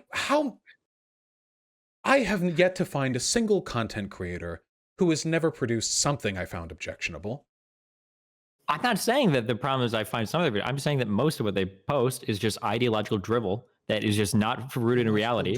That anytime it has to do with econ or finance, it's cringe and horrible and bad. And that even some of their philosophy takes are mind-numbingly fucking stupid. So like with the specific videos, I can't say. Just charitability dictates everything here, because something that I would say is like, oh, that was a mistake, but overall the video is good, is something that might lead you to say this video is indefensible, it's bad, we're never going to see it again. You know somebody that I disagree with? I disagreed a lot with their last video, but you know what I liked some of their presentation? Cuck philosophy. That guy is based. Yeah, Cuck philosophy is pretty based. Yeah, his stuff, and I totally disagree with his last video. And you know what? I actually think some of the stuff in his last video was wrong and bad. I think so. But for the most part, I would watch his videos and I would enjoy them. I like his content. I think that he does a really good job. And I've picked up some really fucking interesting concepts and I've learned stuff. I think that that's like a valuable channel. And you I like recommend Unlearning Economics? Who I think Unlearning Economics is a socialist. I forget, but I'm pretty sure. Yeah, he is, but he seems like he understands at least like basic econ. I don't like hate socialists. Socialists were the original people to understand. No, I'm kidding. Yeah, I don't have a problem with socialists that like understand econ. We might disagree sometimes. A lot of socialists don't understand econ very well. I'm aware of that, but then they try to explain it. Well, yes, of course. But the internet is full of people who explain things poorly. But sometimes I feel like I see a different degree of charitability from you with regards to the types of information that people present. Now, I don't have a stellar memory. Nazis? Am I charitable to Trump? Please tell me which people I'm charitable with. I generally think, yeah. Actually, I think that's what made you different. You were charitable to the Nazis. You didn't just like name call or anything. You actually listened to their arguments long enough to realize how dumb they were. And then you took apart their arguments. Yeah. Charitability doesn't mean you have to like them. Charitability in the sense that you assess their... Why is your chat question marking me? Because the frustrating thing, Vaush, is just how wrong you are. When I set out on the lefty arc, I have never been more gentle with people in my entire fucking life. And people lost their fucking minds, despite how gentle I was. You know how I felt about the lefty arc to begin with. You're perfectly aware of that. I'm just saying that like I was so gentle. And now, you know what? And towards the end, if anybody would watch our last debate with Alsup and Stryker or whatever, I don't think anybody would say that like we were making a big effort to understand. Like we just destroyed them. It was just a demolishment. At that point, I feel like the structure of that debate necessitated demolishing. Sure, and most of my debates with lefties basically your conversations. There's not anything. Sure, but there's not anything left for me to discuss, like in a gentleman. I understand that. So I feel like you moved off my point a little bit. First of all, I'm still genuinely curious why chat question marked me when I said that you opened by being charitable to the far right, because that's literally how you understand the arguments well enough to be able to confront them. If you're uncharitable, then you don't know if what you're criticizing is legitimate. That's the problem that I have. And I'm not charitable to everyone I argue with, and you've long stopped being charitable to lefties. And sometimes I think that's justified. I'm charitable to every person that comes on and wants to have a reasonable discussion. Every time. Mm-hmm. Well, you know, this could be bias on my part, but I feel that way about everyone you talk to except me. Look at the conversations that I had with the two. Big Joel, fucking both of those were I was incredibly gentle, even though he's a fucking piece of shit both times. He's not a piece of shit. He just ramble posts on Twitter. That doesn't make a person. This is what I mean. It doesn't make a person a piece of shit to ramble post on Twitter afterwards. When you walk away on Twitter and you act like some fucking inbred degenerate dipshit who couldn't understand a single thing I said, but you didn't have the fucking gall to say anything when you were talking to me, that makes you a subhuman piece of shit. Okay, so let's pull back on a couple of the adjectives there. Okay, so what he actually did is he ramble posts. He posts like a drunken person talking. And then he trivialized the fuck out of all he initiated that, and then he came on to you and he talked with you, and you debated better than him, of course, because you're good at that, and he doesn't do that. And then he went off, and clearly he wasn't happy with how it went, or he just pontificated afterwards. What he did was essentially the Twitter equivalent of ending a call and then like shit talking the person that you just talked to. I don't think that makes a person a scumfuck, subhuman, degenerate. Like, why? Oh, I understand. Not for you. Because I have a higher. This is why I don't have any friends. I guess I have a really high standard for what I consider to be a good person. If you listen, you know what?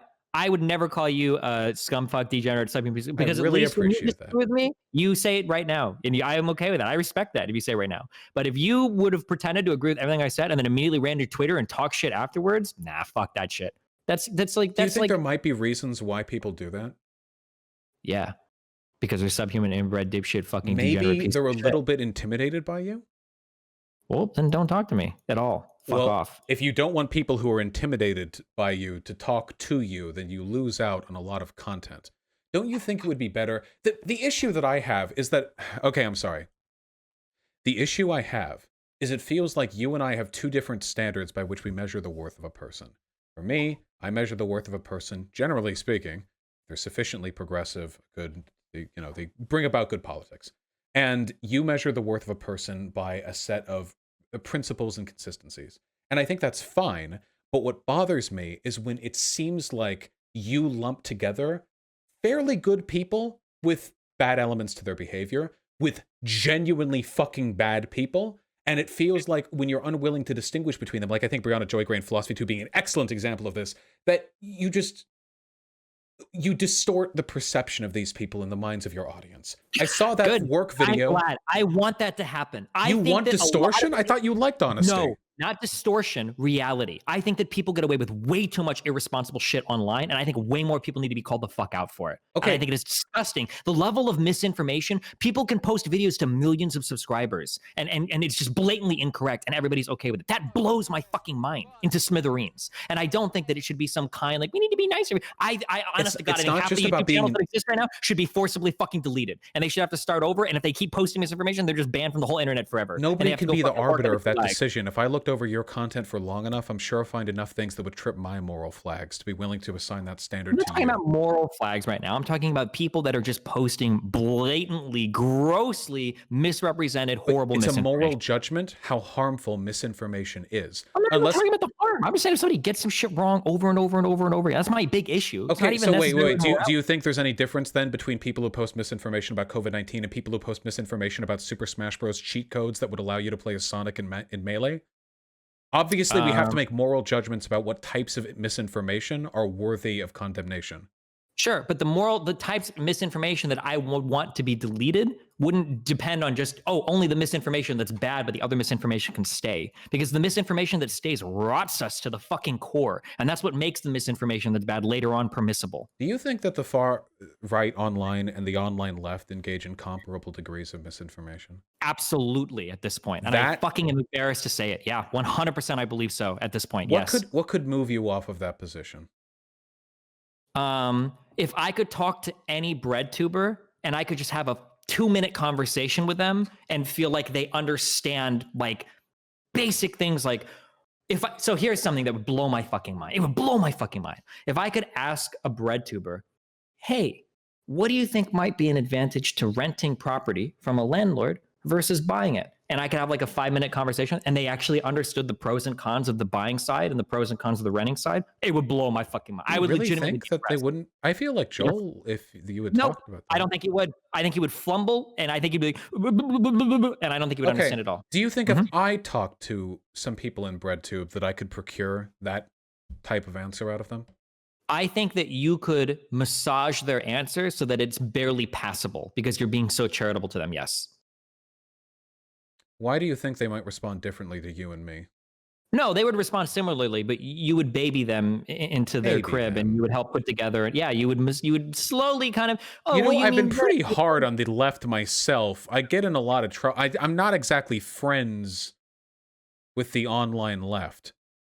All I care about at the end of the day is trying to make sure. I don't know why your chat's labor. I should stop responding to your chat. They're only going to do it more if I say that. I don't know how much, if they know how much shit that I get in with the online left, if they have any idea, but I've long since surpassed you in that regard because you don't debate lefties anymore because you're too busy angering them. But with regards to charitability, I don't baby these people. I think that these breadtubers I think that would be the reason why you could get another answer out of them. I think they're smarter than you give them credit for. Absolutely not. And you know what? I'm working on it now, and hopefully I'm done by Wednesday. That's why I'm putting together this whole GME thing, because I think I have never been so fucking black hole pilled on all alternative media. You're not even one of the worst offenders. But I think that after the GME thing, there are so many people that I can't listen to anybody ever online anymore. Even people like David Pacman and Sam Cedar contributed to misinformation. Yeah. Okay. Horrible misinformation. So hold on. We had a lot of that back during the Iraq War as well. I remember that. Or at least I remember my parents talking about that. And I know that sometimes these things have devastating social consequences. But do you think there might be a problem with your system if it's leading you to be blackpilled when essentially a bipartisan misinformation takes place? People on the right, everyone was wrong about this, except for a couple of select actors, credit to them.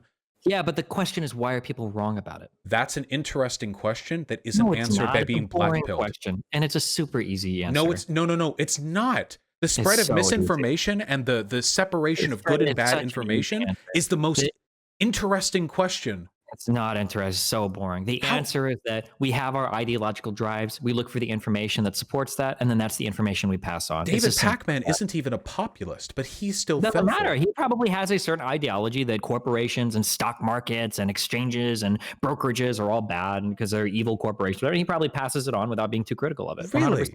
Yeah. Who wouldn't you be willing to sell out in this conversation? I think Deepak is a pretty smart guy. I've talked with him, and of the liberals that I have spoken to, I hold him in high regard. For sure. I think that because I think that generally I think he gets things right. But I think that he also has like his ideological biases that he falls into, that he'll report over fact. We all do. You do as well. And there are plenty of things I try to be aware of it. Stop. Hold on. Wait. That is a false equivocation, okay? To say we all have this problem. Of course we do. But obviously there are people that have it in varying degrees. Of course. So I'm never going to be able to move you on this. I think that your lefty black-pilled spite pit is worse misinformation-wise, or it betrays more of a character flaw on your part than anything that you're going to find from Deepak or Sam Cedar, but probably not as bad as what you're going to see from, like, the stocks guy. Deepak is literally made, like, he's, like, fucking pro-circumcision, okay? Like, Jesus Christ. Like, I think that there are some ideological pitfalls that are worth, like, being critical of. Isn't he Jewish? I mean, that's kind of part of the... If you were a Muslim from Africa, is it okay to be pro-female genital mutilation? I'm not saying it's okay. I'm asking if he's Jewish. Oh my God, the fucking weasel! You do it so much. No, I'm asking if he's Jewish. Wait, I'm justification for it. Okay, what's the next? How is that a weasel? Okay. The way that I can explain it to you how it's a weasel. Sure, okay? go for it.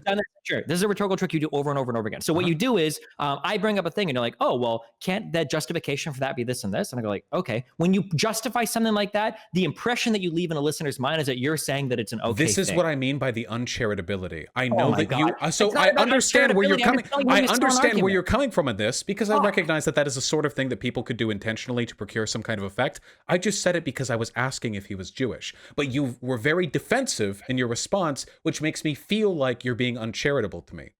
This is okay. This is going to sound patronizing. I understand. Something that I realized in this conversation with you, I thought that you would like put a lot of explicit work into like improving your rhetoric or whatever, but I think a lot of it is actually just like a byproduct of your conversation. You don't actually explicitly think about your rhetoric at all. You're just effective at it as like a byproduct of what you do, but you don't realize a lot of the things that you do sometimes. It's just you. I'm not gonna say you're lucky, but like you do things that are incredibly rhetorically effective. You don't actually realize you're doing them, which is surprising. Natural instinct. Yeah, I thought it was a much more like conscious choice, like more deliberate. There are things that I do consciously, but I haven't been trying to. Sure, but a lot of the things that I've been like quote unquote calling you out on, you're like, what? I'm not trying to do this. But I don't think you calling me out on these are legitimate. I think you're seeing ghosts where none exist. Sometimes, maybe some of these call outs. I'm not. No. You think I'm seeing ghosts because you think I'm ascribing like intention to you. I kind of am, but not really. I'm only focused on like the effect in the chat. So when you say wait, like, hold on. So with the Deepak thing, with me asking if he is Jewish, in what world is me asking if he is Jewish a retort to the idea that you put forward that David Pacman occasionally has bad takes? I feel like this can't even be interpreted as like an attempt at a win on my side. I can break it down in an English way. I give you a rhetorical way. So I said he has a particular belief, and then you responded with a challenge to that. Well, is he not X? When you say it that way, the impression was like, oh shit. Yeah, he is. Like, yeah, he is. You're like almost disagreeing with a statement I've given, or you've provided a justification, and you've given something that's almost contrary to something I've said. Do you think it would be preferable if you to just ask me to clarify? If you had just said, "Oh, do you think that's okay?" I did in a one-on-one conversation, I can, but rhetorically, this is how it sounds to an audience. But I don't think you're aware of that. But if you just ask, okay, I'm begging you on hand and leg. If you think I'm saying something weaselly that you want to clear up with option A, some kind of rhetoric call out slam dunk, or option B, asking a question. I am clearing it up. But every time we do it, you get upset. Well, so you did it in a way. No, it wasn't that you did it that upset me. The way you did it was frustrating. Well, this time it was. So like example, an earlier way that I did this where I clarified it was earlier, I criticized Abigail for being upset when people made response videos to her. And then you said, oh yeah, well, I don't even watch response videos to me, you know? A lot of them are from Nazis. And there are plenty of things like you doing the rape cage shit, but I just let that go because I'm not constantly attempting to fucking scan every line of your argument for some sort of rhetorical trick. You're unironically treating me the way all the dipshits who used to accuse you of debate tactics treated you, okay? No, you absolutely are. The rape cage thing that I'm giving you is because after talking to you for so long, you're giving me this moral position that I still don't believe you really think this way. I know you don't. Even though you asked for 2 hours and I was consistent on every single point, you still don't believe me because you never wanted to. You want me to be inconsistent because you're mad at lefties.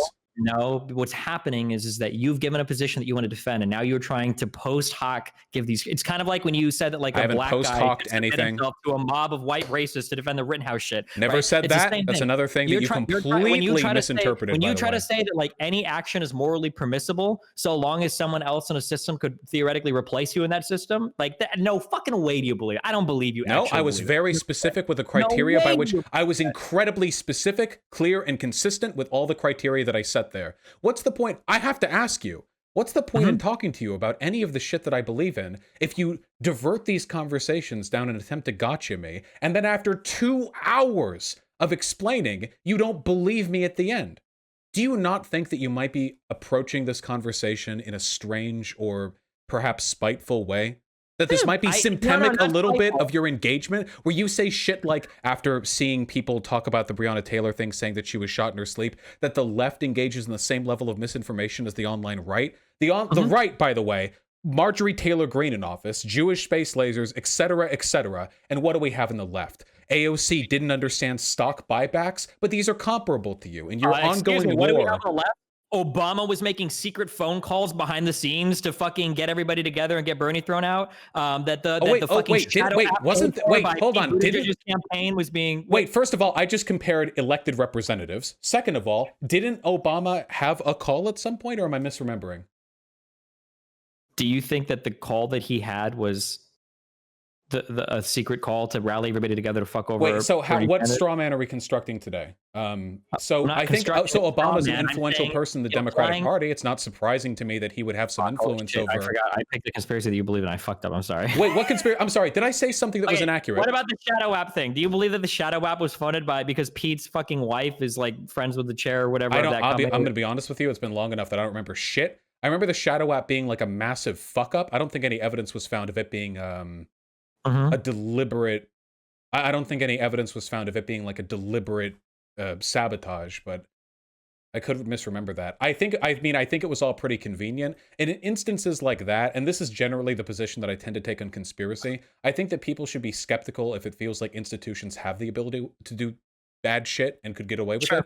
Because, lefties have to believe that. COINTELPRO, they were literally killing our people. I think that in the real world, generally, I would say that I think that people on the left have a better view of reality than people on the right. Online, the dog shit takes that spread misinformation are totally equal on left and right. They're just as insane on both sides. Both sides of the conversation are at this point completely removed from the reality of any conversation topic about literally fucking anything. It's unbelievable. If you go on all the bread tubers right now, they're usually talking about their videos. They talk about social issues and economic inequality. If you go to the big right-leaning YouTubers, they're talking about Jews eating baby blood, Trump secretly winning the election, and the COVID-19 Wukong protocols to hide the true numbers.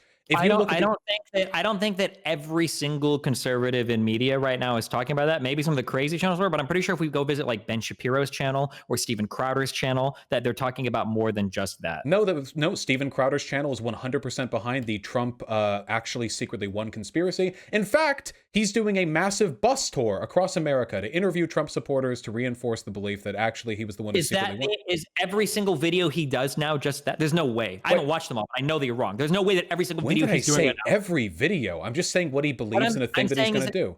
Sure, he might believe that particular thing, but why did you say every video? Why did you just move those goalposts? Countering saying that I'm not moving the goalposts. Yes, you did. Your fucking legs are fucking blurring on camera right now. Okay, then I misspoke. I'm sorry. Most of the content that people like Ben Shapiro and Steven Crowder are doing are not constant like coronavirus conspiracy theory videos or fucking election stealing. Well, those are the two most legitimate and party-backed ones. But if you go to other channels like Tim Pool or the Salty Cracker or any of the other massive fucking 500,000 plus sub channels that aren't like kind of sort of backed by the Republican Party, then yeah, you'll find about that level. The big left channels, their misinformation is getting economic issues wrong and occasionally misrepresenting like big historical events. The right-leaning channels are 24/7. Every video they produce is dishonest. You okay? I'll start keeping track of it more, but I've become incredibly. You actually Do you did think believe that's this. wrong? What? Yeah, no. Almost everything that I read from lefty Twitter or lefty YouTube videos, Twitter? or whatever. Okay, videos. What are we? Yeah, like Twitter and YouTube videos. Yes, the two things that you were talking about on the right. These yes. can't even be equivocated. This is what I mean by spike. Wait, what were you just talking about on the right? What are Steven Crowder and fucking Ben Shapiro? But YouTubers? You mentioned Twitter. But Twitter I just said Twitter and videos. Twitter and videos. Yes. Let's focus on videos because everyone's stupid on Twitter, including you. Sure. Okay, we can write videos. Sure. All right. And if I've said any Twitter takes you disagree with, and you did give a take on this shadow app thing. You did think it was a fucking conspiracy. People are fucking linking the tweets on that as well. I'll own it or disown it. Link it. There you go. I don't know, because you're gonna say like, oh well, actually, I was just trying to say that it was that it was just an unfortunate coincidence of these two things. Okay. Just so we're clear, even if this from February 3rd, just so we're clear, even if the final Iowa results favor Bernie, this unbelievable incompetence from the DNC hurts his campaign. I agree with that. The confusion and indecisive narratives halt campaign momentum and let worms like Pete Buttigieg steal attention to chaos. I do agree with that. And no, there was nothing conspiratorial about pointing out the fact that the Shadow app, the failure of which gave Pete Buttigieg time in the limelight, was paid for in part by Buttigieg's campaign and made by a company whose CEO is a Buttigieg fan. So before we get into the implications there, was anything there technically incorrect? Yes. What was? I don't think that Pete Buttigieg paid for the Shadow app. I just think they've made contributions to the company because they've done work for them in the past. Okay. Okay, yeah, that is a meaningful difference. Yeah, okay, that's a pretty dumb tweet then. Okay, it's all right. Almost any lefty video that I see related to almost anything having to do with econ or finance is absolute fucking dog shit. Should never be published on the internet. As opposed to the conservative videos about finance, which are... that are also absolute dog shit that should never be published on the internet. Okay, but like, if I look at PhilosophyTube, like I'm sorry, this is like weird. I'm not even that big a PhilosophyTube fan. I'm a Contra stan. Find another channel, defend them. Maybe there's some good lefty channels out there I'm missing. Well, you wouldn't attack. I assume you're mostly fine with Contra's content, right? I think Contra's content's pretty... Contra is the queen, but she doesn't count as lefty. You don't get to own her. She's her own beautiful... Okay, all right. That's some no true Scotsman shit, but okay, fine. So if we take a look at the past 10 videos from PhilosophyTube, I'm sorry, like I need to do this. We have a video about her coming out. That's obviously fine. We have the work video, which I think was fine, with maybe some simplistic representation of surplus value. Work video was cringe as fuck. The shitty takes about the owner not being the worker, even though that bar owner literally was a worker. Cringe takes about how... Wait, do you know the owner was a worker? Yeah, she literally describes in the fucking video. So she said the bar owner wasn't a worker, but also they worked at the bar? I don't believe you. She mentioned him being on site and doing stuff. Like literally. Otherwise, how the fuck would the owner be there? But go ahead. What's the next video? They're to crack the whip? I don't know. I don't know. I'd have to rewatch it. I don't trust you. Then we have the Amy Coney Barrett video, which was a video on constitutional originalism. I watched that. I'm not a lawyer. It seemed pretty good to me. We have a video on Confucius, what to do when elites break the rules. I thought that video was fine. Who's Afraid of the Experts, which was a interview with Adam. More I wanted to build Conover. The guy from the show. The annoying guy. Everyone hates Adam or everything. Yeah, that guy. And it's a video about technocracy. You have Logic by PhilosophyTube, which is a big rhetorical breakdown of a speech given by Julius Caesar. You have Charles Darwin versus Karl Marx, which I haven't watched because it's an hour long, minute long. You have Anti-Semitism, which I thought was pretty good, but there were a couple... reading. Can I do this too? Can I read the next one? You have Beauty and Ugly Times by PhilosophyTube. I haven't watched that one. I don't know. Okay, and then what's the next one? Artists and Fandoms, which was anti-parasocial relationship. I thought that was quite nice. And then you got one called Data by PhilosophyTube. Well, I was just doing 10, but yes, we have the Data one. Okay. I don't remember being a big fan of that one. The Trouble with the Video Game Industry, that's an econ one, so that's probably one you wouldn't like. And I don't remember being very fond of it myself. Econ is... Then we have Queer. I think that video's fine. HBO's Chernobyl and Personal Responsibility. I think that one was really great, actually. Sorry. That's a really great one. Can I watch that? I don't have to do it now, but I'll do that later because I watched Chernobyl, and then oh man, this could be a good.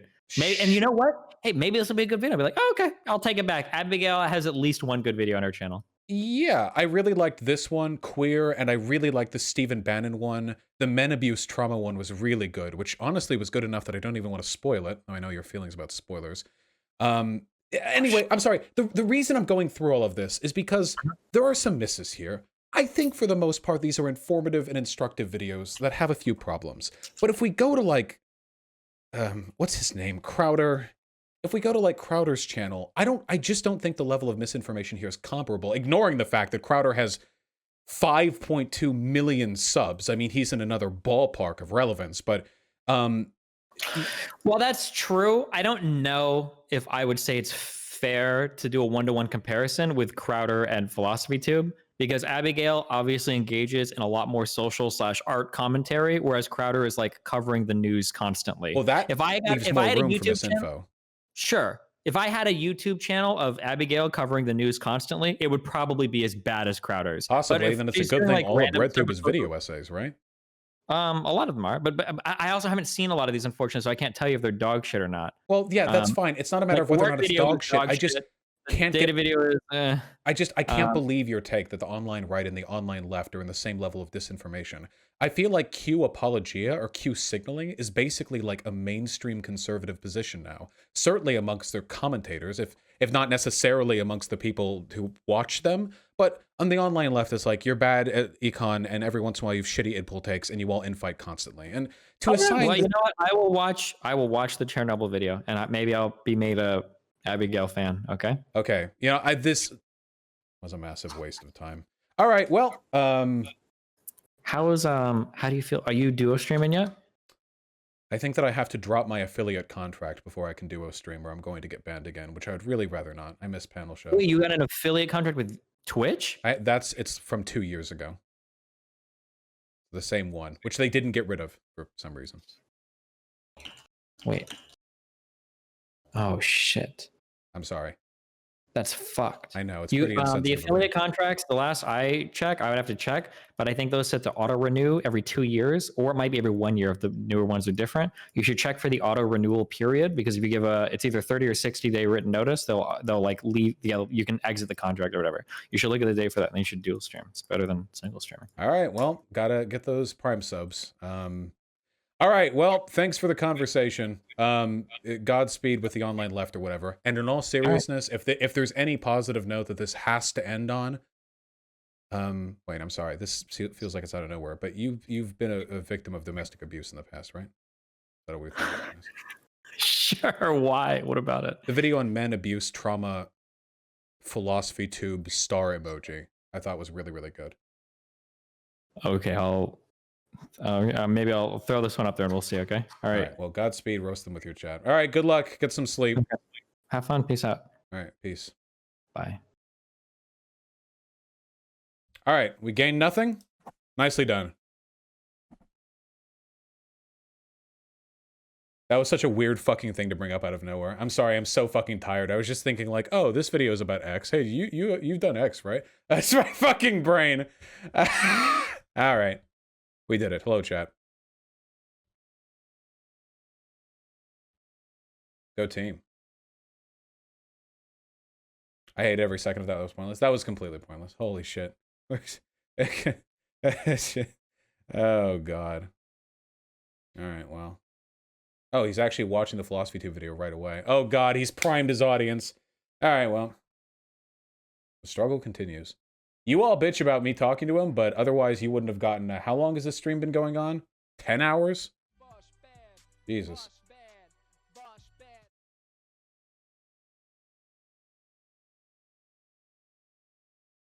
He's acting undefinable double standard. Yeah, I just... I don't understand your takes on moral neutrality. How is causing people material harm through means like evicting people during COVID somehow morally neutral when it increased the net increase of harm in the world? I don't really understand your point. So, with that case, it would just be like a contractual thing. When a tenant can't pay their rent and when they get evicted, like when they can't pay their rent, there's usually a set number of months, excuse me, that they can miss before the eviction process begins. That's an institutional component of the way that land ownership and commodification works. Honestly, just the longer I've spent doing this, the more I find that it's an utter waste of time to try to police individuals' behavior. Individuals are going to do whatever is most convenient for them. The proper goal is to make the incentives that build a good society. No, you can go on and on and on and all you want about lefties should do X or Y or landlords should do X or Y, but at the end of the day, it all comes down to policy. It all comes down to being able to institutionally fortify these positions.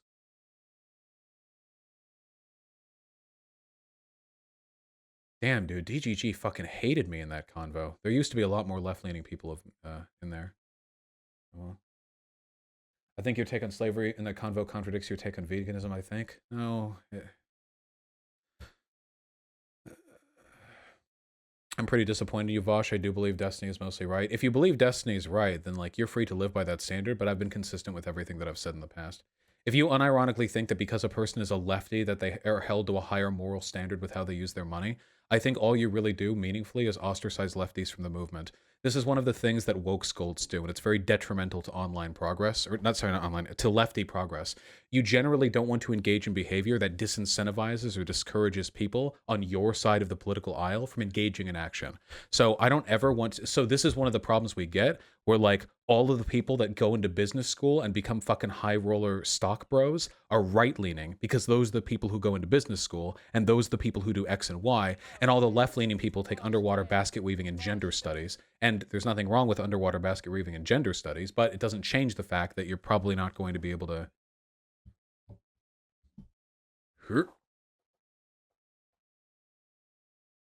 Yeah, you know? I'm in data science and law. It's super righty. Yeah. You want to.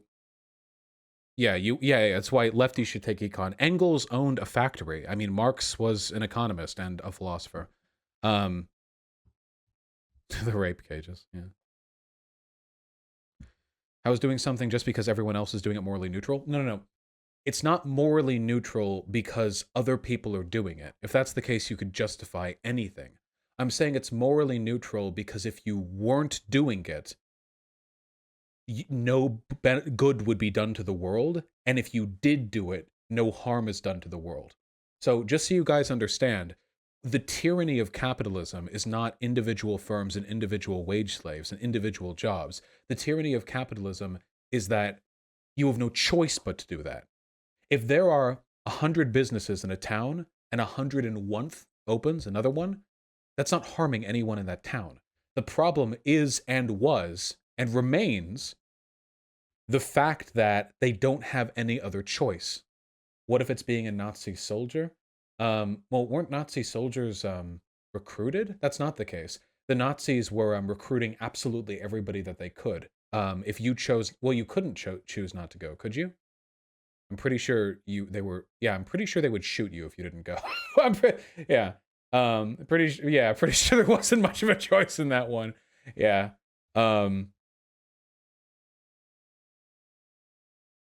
Yeah.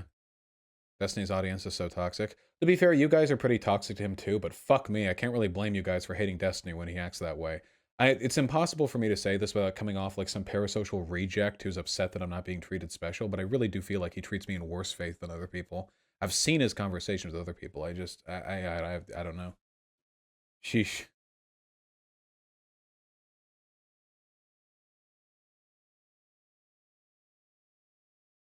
Well, it's a good thing I'm a confident person. He thinks of you as a kid. One way or another. What was I saying?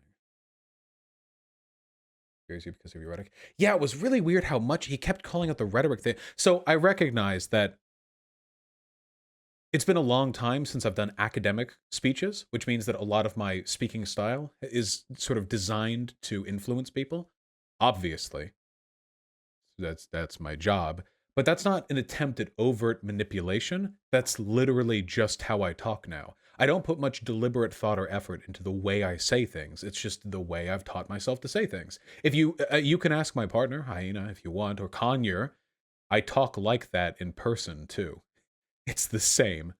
So it's not like a deliberate tactic or anything. That's just the way that I've taught myself to speak to beget a positive, outcomes in the content that I do. So anyway, it was really weird that he kept like calling me out, like, whoa, whoa, whoa, whoa, whoa, whoa, whoa. You trying to rhetoric me? Like he's afraid. I just don't understand what would teach him to do that, because I don't think he generally talks to people who try to like out rhetoric him. So I don't know what defensive tendencies. You did it once and it bothered him? Well, sure, old dog, right? He doesn't seem to know what rhetoric is. Yeah, just to be clear with you guys, rhetoric doesn't mean like a manipulative tactic to get people to agree with you. Rhetoric is just the style in which you deliver information. You know, if you so he says I don't do rhetoric. That's not true. Everyone does rhetoric. If you present all of your information in a completely factual, by the book, by the numbers way, where you drone out numbers on a spreadsheet, like the da, da, da, da, like that, that's also rhetoric. That's a rhetorical style. And Destiny often invokes the aesthetic and the rhetoric of like the term logic lord is derogatory, but I think it holds up. So yeah, we're all doing rhetoric. The reason why I got annoyed by the rape cage analogy is because this is the same thing that Ask Yourself and Vegan Gains did to me, and Gains did it to Destiny, and Destiny called it out at that point. Vegans do this a lot, where rather than address the hypothetical as it exists, they draw out the hypothetical into the most tortured and morally repugnant way possible, so to try to make you bite the bullet. So like with the rape cage thing, for example. That's a rhetorical tactic, because that way, rather than address the argument, you attempt to associate your opponent's argument with something that people have an intuitive opposition to. Rape cage thing? Watch the debate, man. Not going over. I just got out of that. I've been hostage for 4 hours.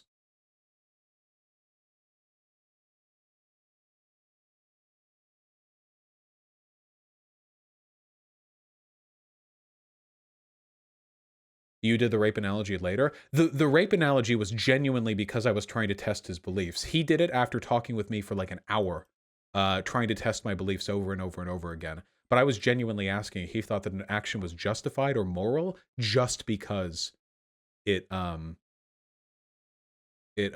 conformed to a person's principles, you know? Hold on. Isn't it really not so good to have meaning be implied in your speaking that escapes your awareness in an effectively manipulative/influential way? It's not manipulative. I'm sorry if I give this impression, but I really don't think I speak manipulatively. Obviously, my goal when I talk to people is to convince an audience. Is that manipulative? I don't think that's manipulative. I think manipulative means that you're twisting information or you're engaging in dishonesty to beget something. I'm sure I've done that from time to time. I'm not perfect and we all slip up, but yeah. You gonna make content out of this shit? I am not suffering through all that without getting a fucking video out of it. Do you agree with this premise that the online left does misinfo similar to the right in any way? Nah, the misinfo done by the left tends to be very, very different. There are similar threads with populism. Left and right populism tend to beget similar kinds of misinformation. Narratives about the little guy against the big guy. But when you move past that, the adherence to reality is just completely different on the right and the left. Just completely, just massively different ballpark, you know? I don't know how the right is quickly becoming the side of QAnon. I don't know how anything, I don't know how you could possibly compare the left to that in any respect. Would you say Destiny freaking out about you not taking sponsors for your aesthetic was him using deontology? I don't know, dude. I don't think Destiny's a utilitarian anymore. I genuinely don't know. Maybe that was like half of the problem why we couldn't see eye to eye, but he wasn't making utilitarian arguments at all. The only reason the only reason that you would make the arguments that he did is if you believe that from a utilitarian perspective it's always beneficial for a person to follow through on their principles. But even then that's ridiculous because a lot of people have really bad principles. So the real logic would be it's good for them to do things that are good, but then we go back to my arguments. So I don't even know where those were coming from. Maybe I need to talk to some philosophy major or something like that, but I don't know. Could you explain deontology for me? I don't know. Utilitarian or consequentialism is when you believe that an action's moral worth is determined by the consequences of that action, whereas deontology is where you derive the moral worth of an action based on the action itself. You know? If that makes sense.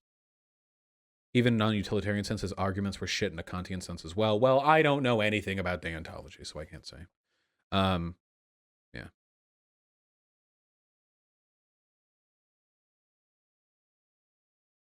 Feel like he wanted to debate Abigail, not you. Fuck, I hate defending other people. It's so stupid. I really hate defending other people. This is a problem that I get in with Shu sometimes. I hate defending other people. It's such a waste of time. Fuck, it's so lame. It's like I'm here and I'm like, they're not so bad. Like fuck, like I don't want to defend other people, but if people are making statements that I think are inaccurate, then yeah. Yeah, I don't like feeling like a white knight or anything. I'm okay with people defending themselves. What about the if you're a lefty with wealth, what is the metric you must achieve to be consistent? Consistency isn't what I care about. I just care about people doing good. Honesty and consistency generally are good, but what matters most to me is utilitarian good. Oh yeah, there were people in his chat who were spamming like, I believe that it's okay to be dishonest if it propagates my ideology or something like that. I asked Destiny what he thought about that. Would you rather be perfectly honest and lose or be dishonest and win? But he circumnavigated it by saying that being honest allows you to win. So I didn't even get an answer to that. They were doing the mob being nonstop. Well, yeah, Destiny's community is too stupid to understand the argument that I was making anyway. I've explained it perfectly and at length multiple times, and they still can't fathom it, and I blame them for that, not me. Abigail needs some defense. The attacks on her content were totally unwarranted. It's just, if you dig hard enough on somebody, you're always going to find a reason to dislike them. Lord fucking knows I've found plenty of reasons for Destiny's content. I would say, I mean, personally, I think that him saying that the left and the right online are equal in their disinformation and their harm to society is misinformation tantamount to like what he would say should get other people deplatformed. When he says like, oh yeah, the online left and right are equally bad. Like, to me, that's misinformation. Like, flat out empirical misinformation that could be empirically condemned. Did you see when we went over the Crowder videos versus the Philosophy Tube videos? Like, he stopped talking real quick when that happened. We went over the Philosophy video, and he was like, I don't like that econ video. But then we go to Crowder's video, and he was like, well, these are like news video. Like, okay, yeah, I know. You fucking know Crowder is worse than these people. You fucking know that. And Crowder is one of the better ones, too. Shapiro is a bit better than Crowder when it comes to presenting reasonable. You're Shapiro than Crowder, but it goes way, way down from there. It can go way, way worse. Crowder might actually be one of the more defensible online conservatives. Yeah, sorry, funny rhetorician. Would it be okay if Bezos came out as a leftist but did nothing with his money to help leftists? I mean, it wouldn't be any worse than what it was before.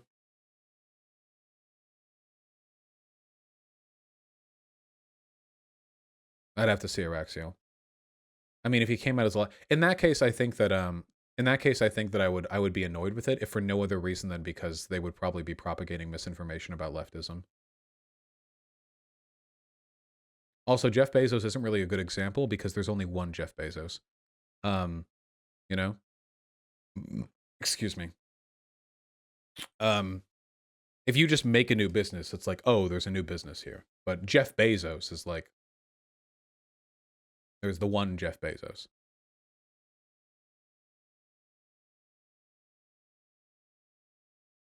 Hold on. So Destiny's watching that Philosophy 2 video right now. I'm looking at it. It looks like that he's actually skipping through it. I don't know if he's going to get the best possible experience there. I remember quite enjoying the personal responsibility video. Excuse me. I also think calling Destiny toxic is a cop-out. Well, I called my own chat toxic, so I'm hardly... Yeah. I don't understand how he didn't get your choices tweet. Yeah, that's the thing that I mean. So I said that I believe you should largely criticize institutions, not individuals, and there's nothing inherently immoral about participating in a system. But then he showed me this, and to him this was, I want you guys to be totally honest with me. Is this tweet contradictory to the things that I said in my discussion with him?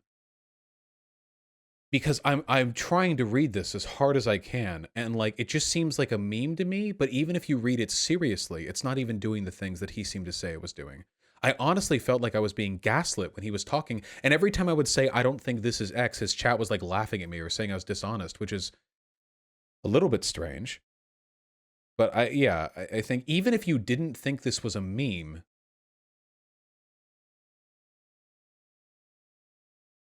Correct me if I'm wrong, but under your view, a grifter who did everything most ideally for spreading socialism would be better than a socialist who wasn't as effective, right, Vaush? In terms of the good done to the world? Yeah, fuck yeah. Dude, a grifter, if a person's being dishonest about like why they're social, or they're lying about socialism, but they're spreading it anyway, fuck yeah, dude. I don't think Candace Owens gives a fuck about anything that she says, but she's one of the largest content creators for conservatives, period.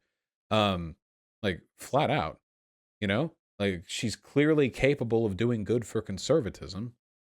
You know? No, Destiny misconstrued maximize, thinking maximize exploitation, hence that first 2 hours talking past each other. I kept saying over and over that I didn't mean maximize, just that it's okay to participate and thrive in capitalism. It only contradicts what you said if the person injects extra meaning into it. Yeah, even with that being the case, the wording of this tweet, like,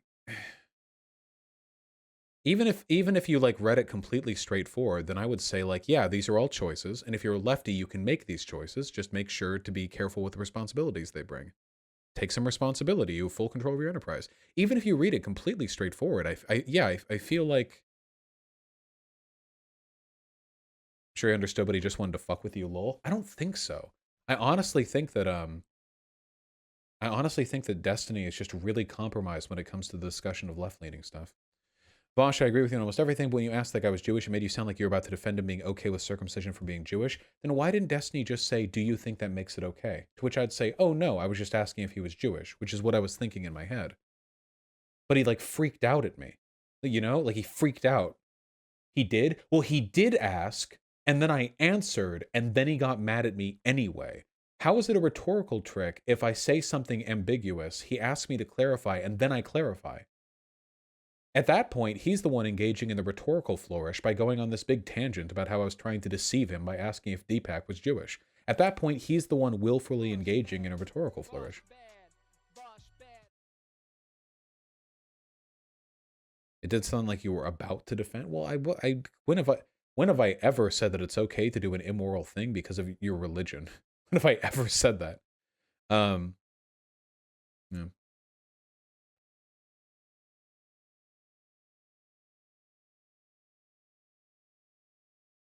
Sound like you were trying to derail it from justification to explanation for what? The tweet? Yeah, I'm okay with how I did. Just I think we're just condemned to have perpetually unpleasant conversations with Destiny, which maybe can be a feature, you know, of the stream from now on. Every couple of months we can think, oh, maybe we can sway a position here, and then we can endure 4 hours of rhetorical agony, and then we can come back to it. Yeah, you, me, and everyone else. Yeah, exactly. We can all suffer together. How far along are they in the video? I'm reading chat's reactions. And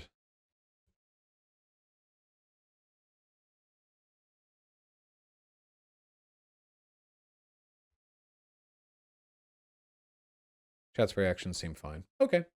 I thought it was a good video. There's probably something they're going to find in there they dislike.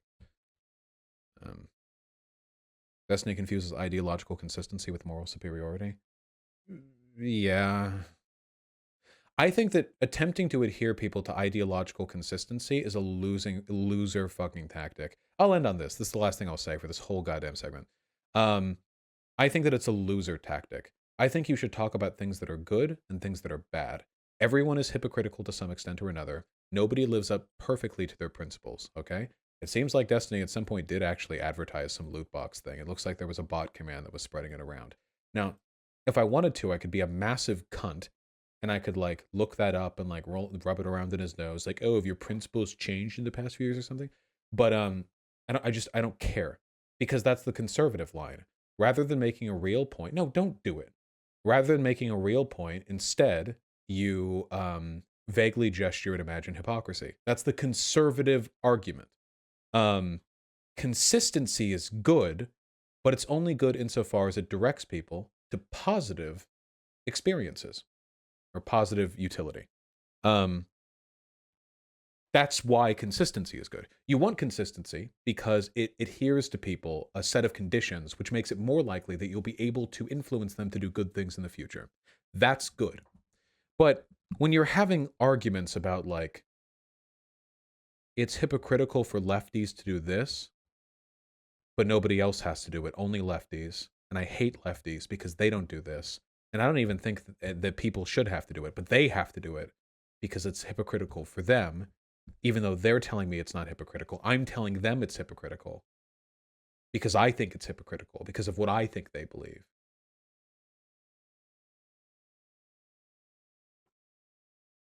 It's just dumb.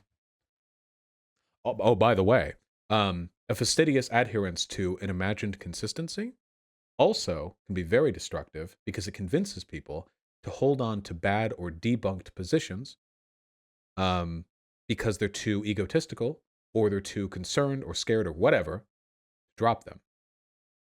If people are obsessed with consistency, then you're not going to be able to move them off one negative position or one bad or fallacious or false thing because they're like, fuck, I can't be inconsistent. I have to all or nothing, baby, all or nothing.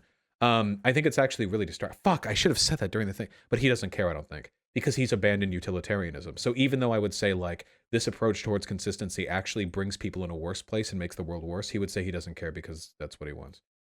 Fuck. Okay, well, damn.